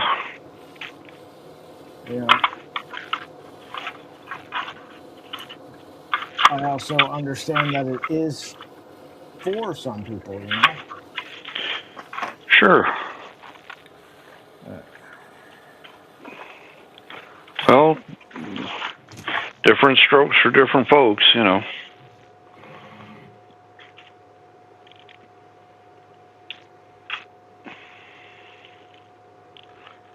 This finger is really starting to give me a case of the red ass. Yeah, that would be a perfect use for one, Martin.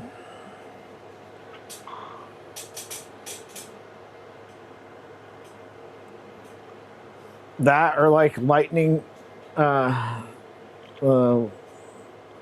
lightning Greg.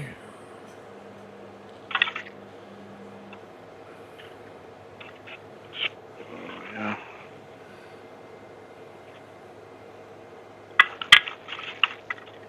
Oh yeah, speaking of Greg, you heard about Greg from Overture? No. They laid him and Dylan off.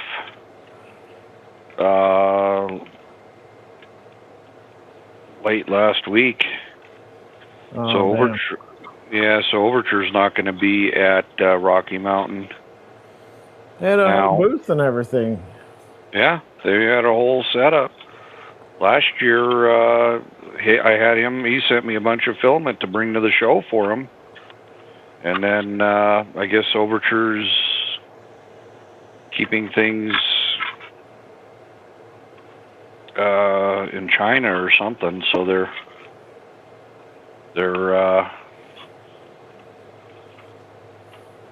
let both of those guys go, unfortunately. Yeah, so they were.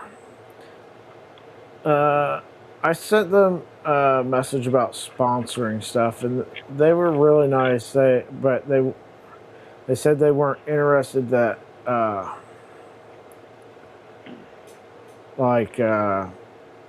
in sponsoring content creators and stuff in general. It seemed like. Okay. So I don't know what market they're trying to target that they don't think they need exposure to people right through YouTube content, like just out of the people watching, how many of you found out about Polymaker through YouTube content before you had ever heard of it anywhere else? Because I know that's how I found out about Polymaker, right? So I found out about it through at Rocky Mountain Yeah. playing that scientist game. Yeah. The Rep Fest and the YouTube content. Right.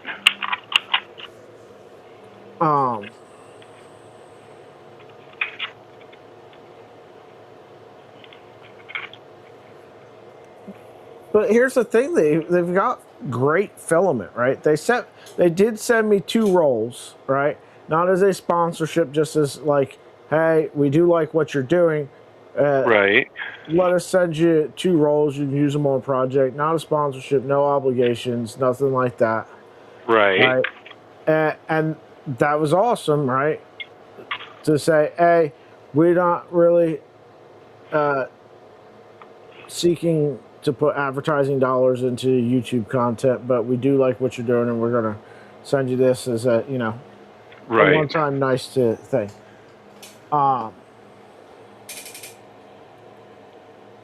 And their filament's nice. Right. But But I don't understand the marketing logic on who they're trying to, what they see as their target audience. as far as Polymaker goes, or just No, like Overture. Overture? I don't know. I mean, I found them because of through like you said, Amazon, and a lot of they have some pretty good colors. A lot of their stuff is nice, but yeah, I don't know what their target is if it's not through people watching the streams and that type of stuff. No, that can be true, Cody, but how are they planning to get the exposure for people to find them? Is what I'm saying. Got a print farm, yeah. At some point, a guy with a print farm was one of us. Yeah.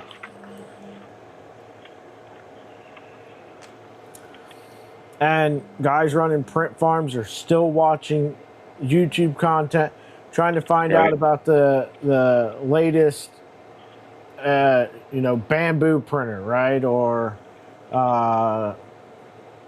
getting reviews on stuff. They might not directly be going to YouTube to look for, what filament should I buy?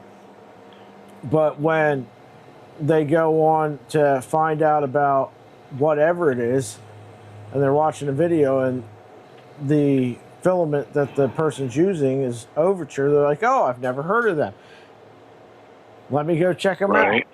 Right? Or just to keep your name in front of people, right?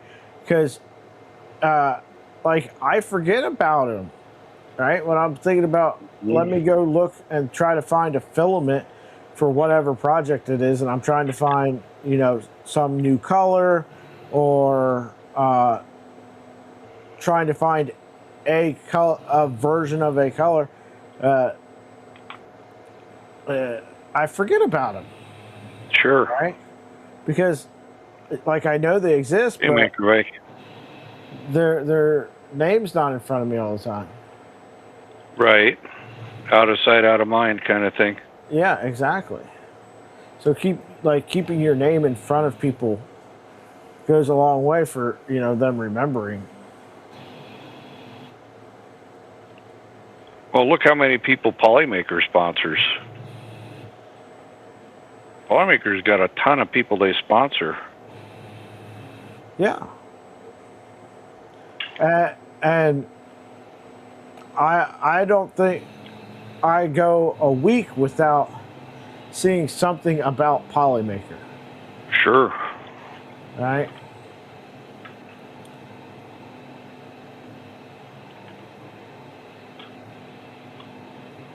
That'll work. Uh, Because the panel... Hey. Grab these panels. My go-to is, Polymaker or Ambrosia for, that's the first places I go. Sure. Ambrosia, particularly if I also happen to need a part. Yeah.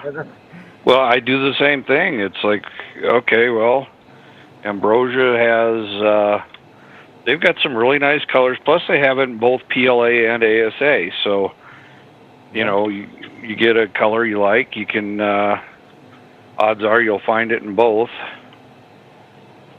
The amount of times that it is just as much or cheaper to add a roll of ambrosia to my order than it is to pay shipping for the order.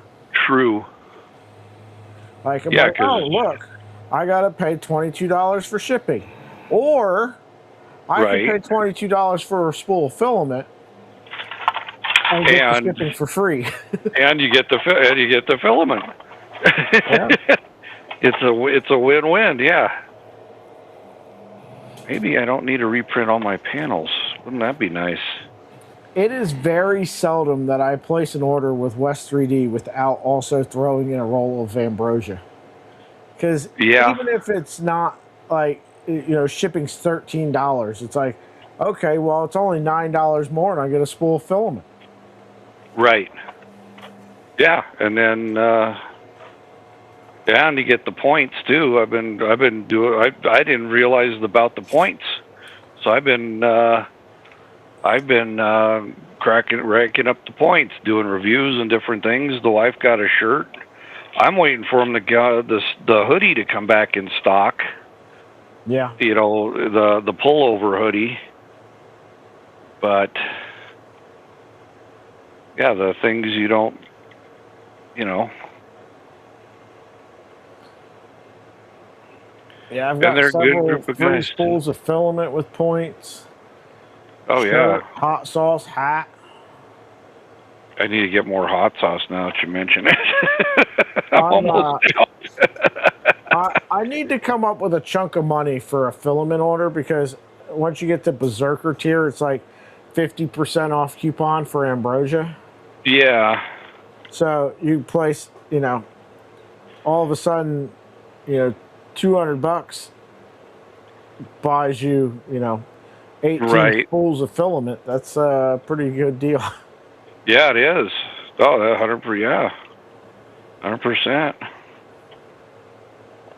All right, now let's see if this is going to work. If this is going to work, I might have saved myself a little bit of time. Oops.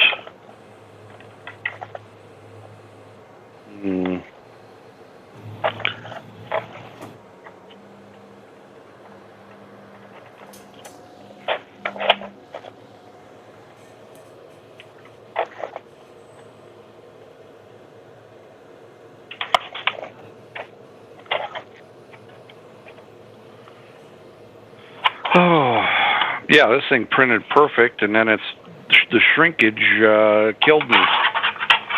Sound like George Costanza over here.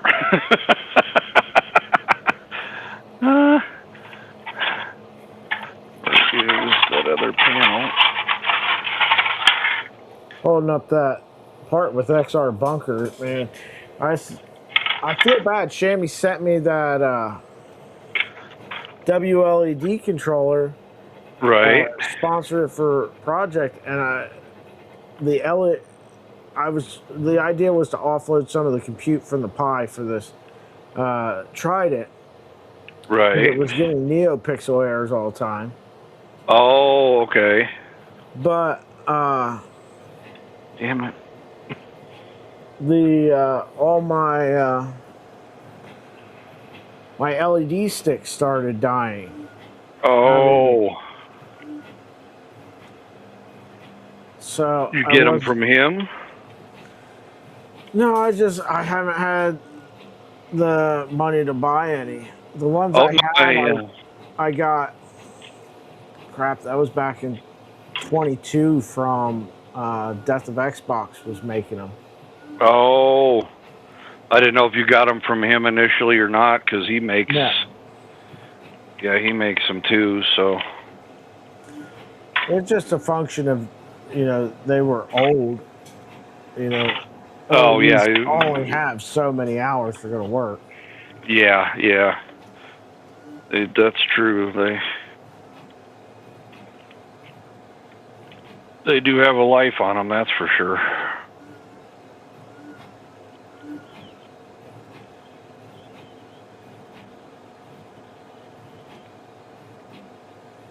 Yeah, you screw there. This little electronic screwdriver does save me some carpal tunnel, but doesn't have a lot of torque, but it's good enough to get them run down.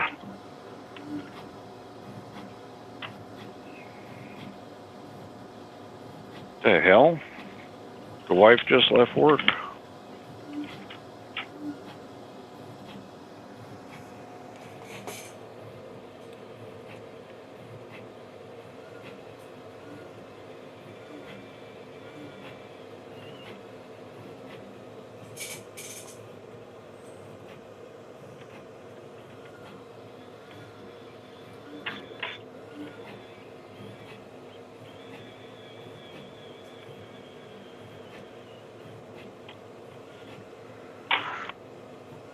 I think I might get lucky with my logo panels and the XR front panel that I can reuse. That I can use those, and then it's the front panel. Oh, maybe not. I don't know.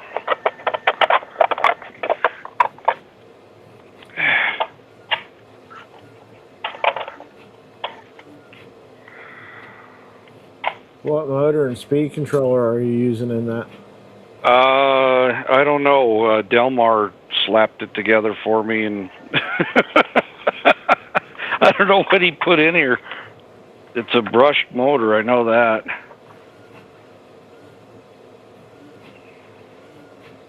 But yeah, so last year I ran chamois because he ended up getting sick and going home. So like, yeah, I think I'd like to do one, and then next thing you know.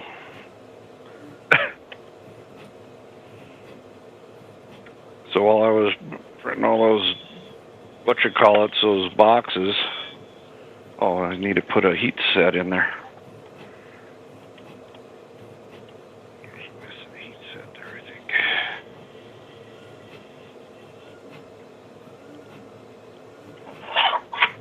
So I got to take care of Delmar on that. Yep, there's a heat set missing on. There's 3 heat sets missing. Yep, alright. I gotta find my heat sets.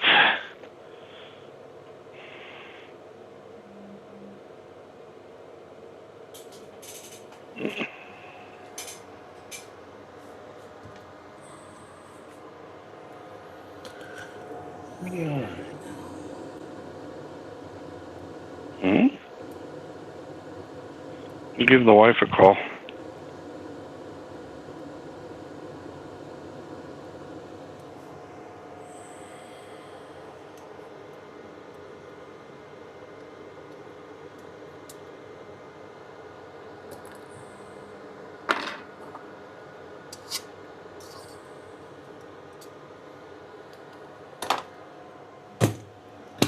Max flow rate.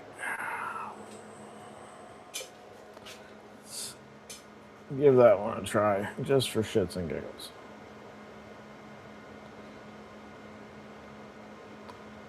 Calibration, max flow rate, and volumetric speed.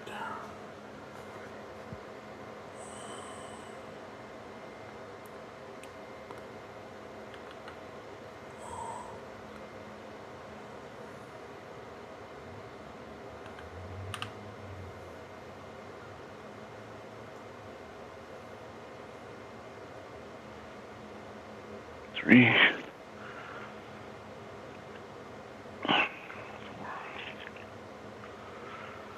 Forgot a few heat sets. That's a long print. Yeah.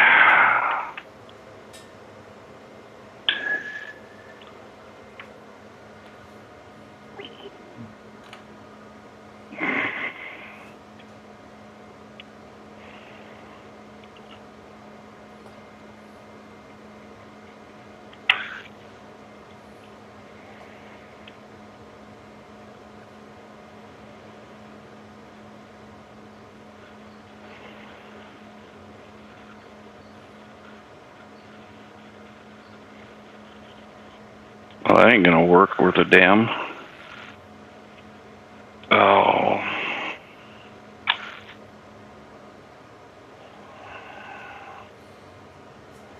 Get the heat set stuck on the soldering iron.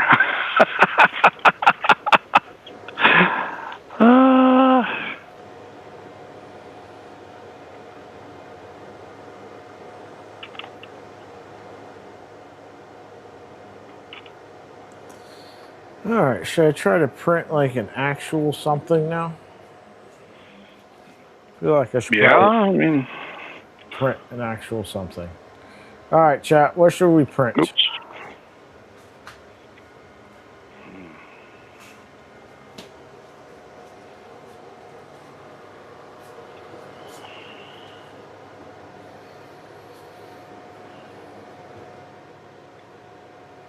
Anybody with recommendations? A Cali cat. What is a Cali cat? That on printables?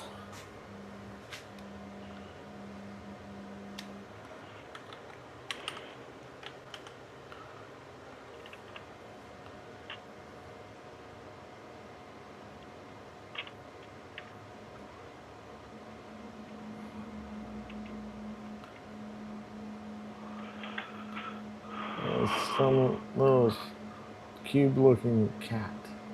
Mm.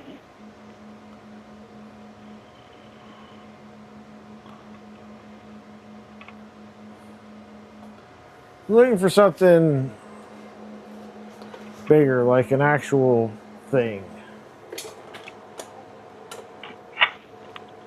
Oh. Print out a Gerari drawer. Yeah. I don't need another one of those. Yeah. Let's go to Printable's front page. What's on their front page here? Explore models, trending.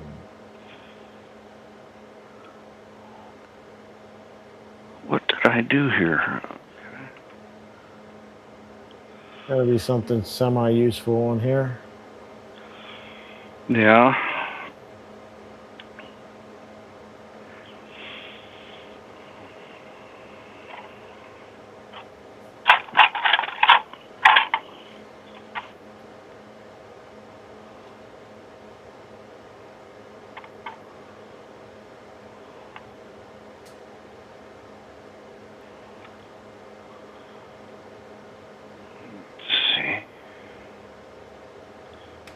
Put the, I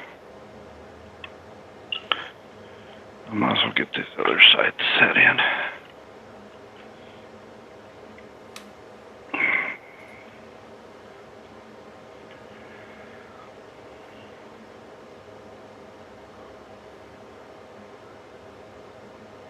Damn.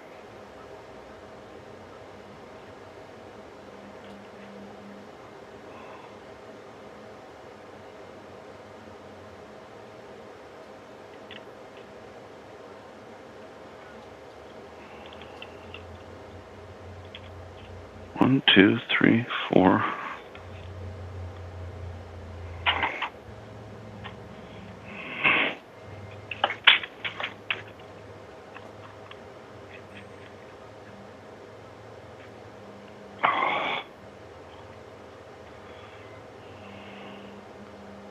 Man, Printable's front page is letting me down.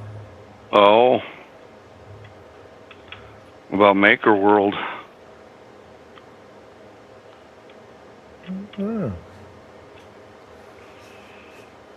Let's try Maker World.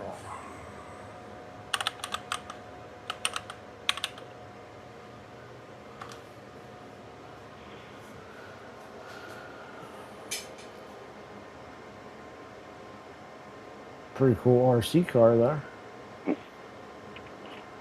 Oh yeah, there was one on Cults that was like a tank track attack vehicle that I saw the other day that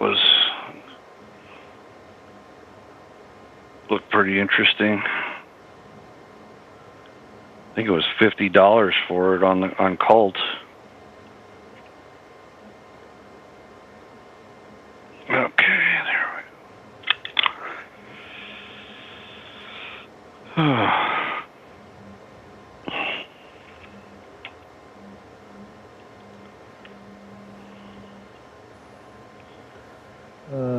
Let's see what I can.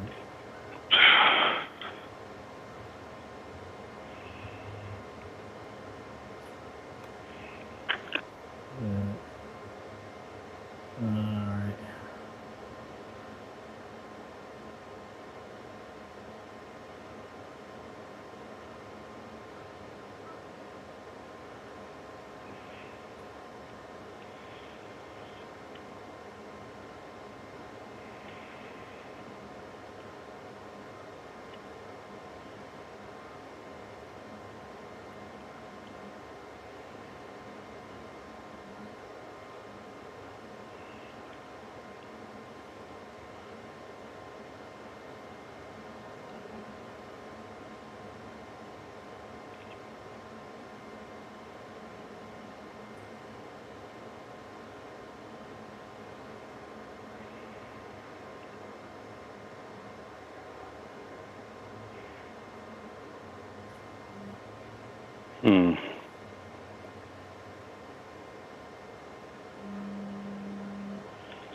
Somebody from work messaged me. What is this? Are you from? It's not going to work.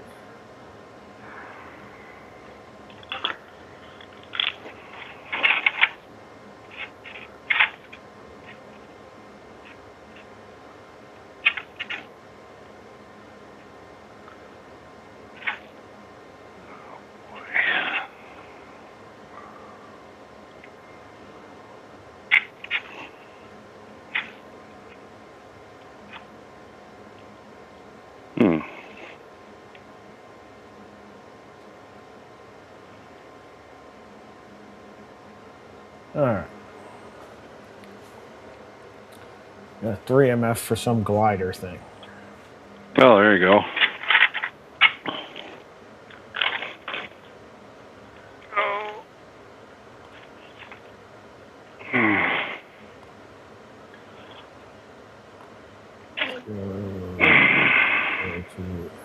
Tried it. Discard. I had another one of these. And then global print settings. What did it say? 2 walls.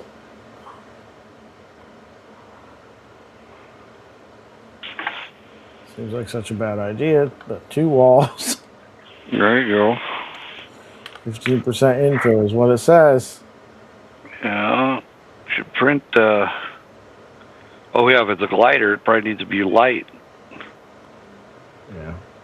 I tell this guy that I'm on a call, and he calls me anyway. All right. Print.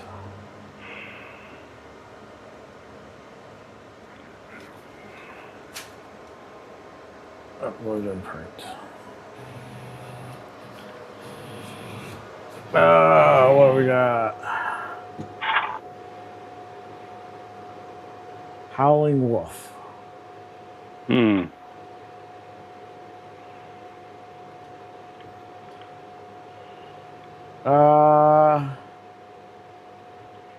Sorry, Maker Viking, I did not see your message there. Hey, JPP. You have to, I know off the list. you have to send me a link to that Maker Viking.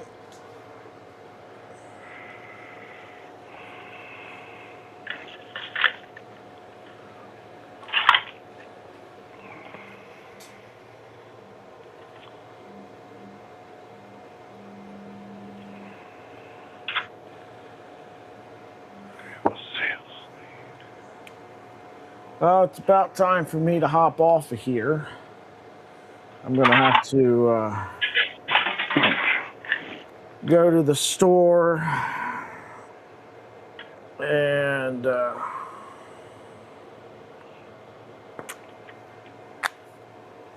pick up the little one from school. Oh, nice.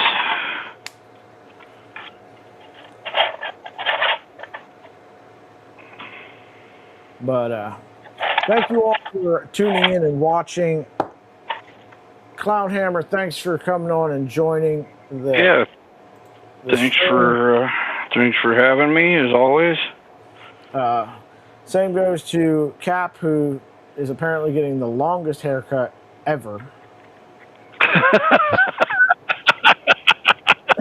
Maybe they're doing it one at a time. Yes.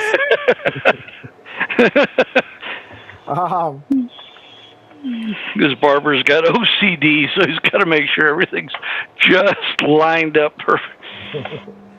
Make sure to hit that like button. Subscribe if you haven't. If you're going to be at Rocky Mountain, come say hi. I'll be wandering around. Same here. Well, I won't be wandering. I'll be in the maker stage. I will. I'll go do that as soon as I get off here. So, y'all have a good one. We plan on doing some content from Rocky Mountain, so keep an eye on the channel.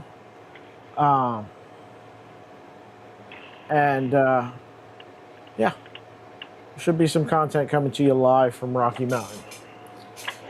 Have a good one, everyone. See you later. I'll see you this weekend, Alex. See you this weekend, man. Take it easy.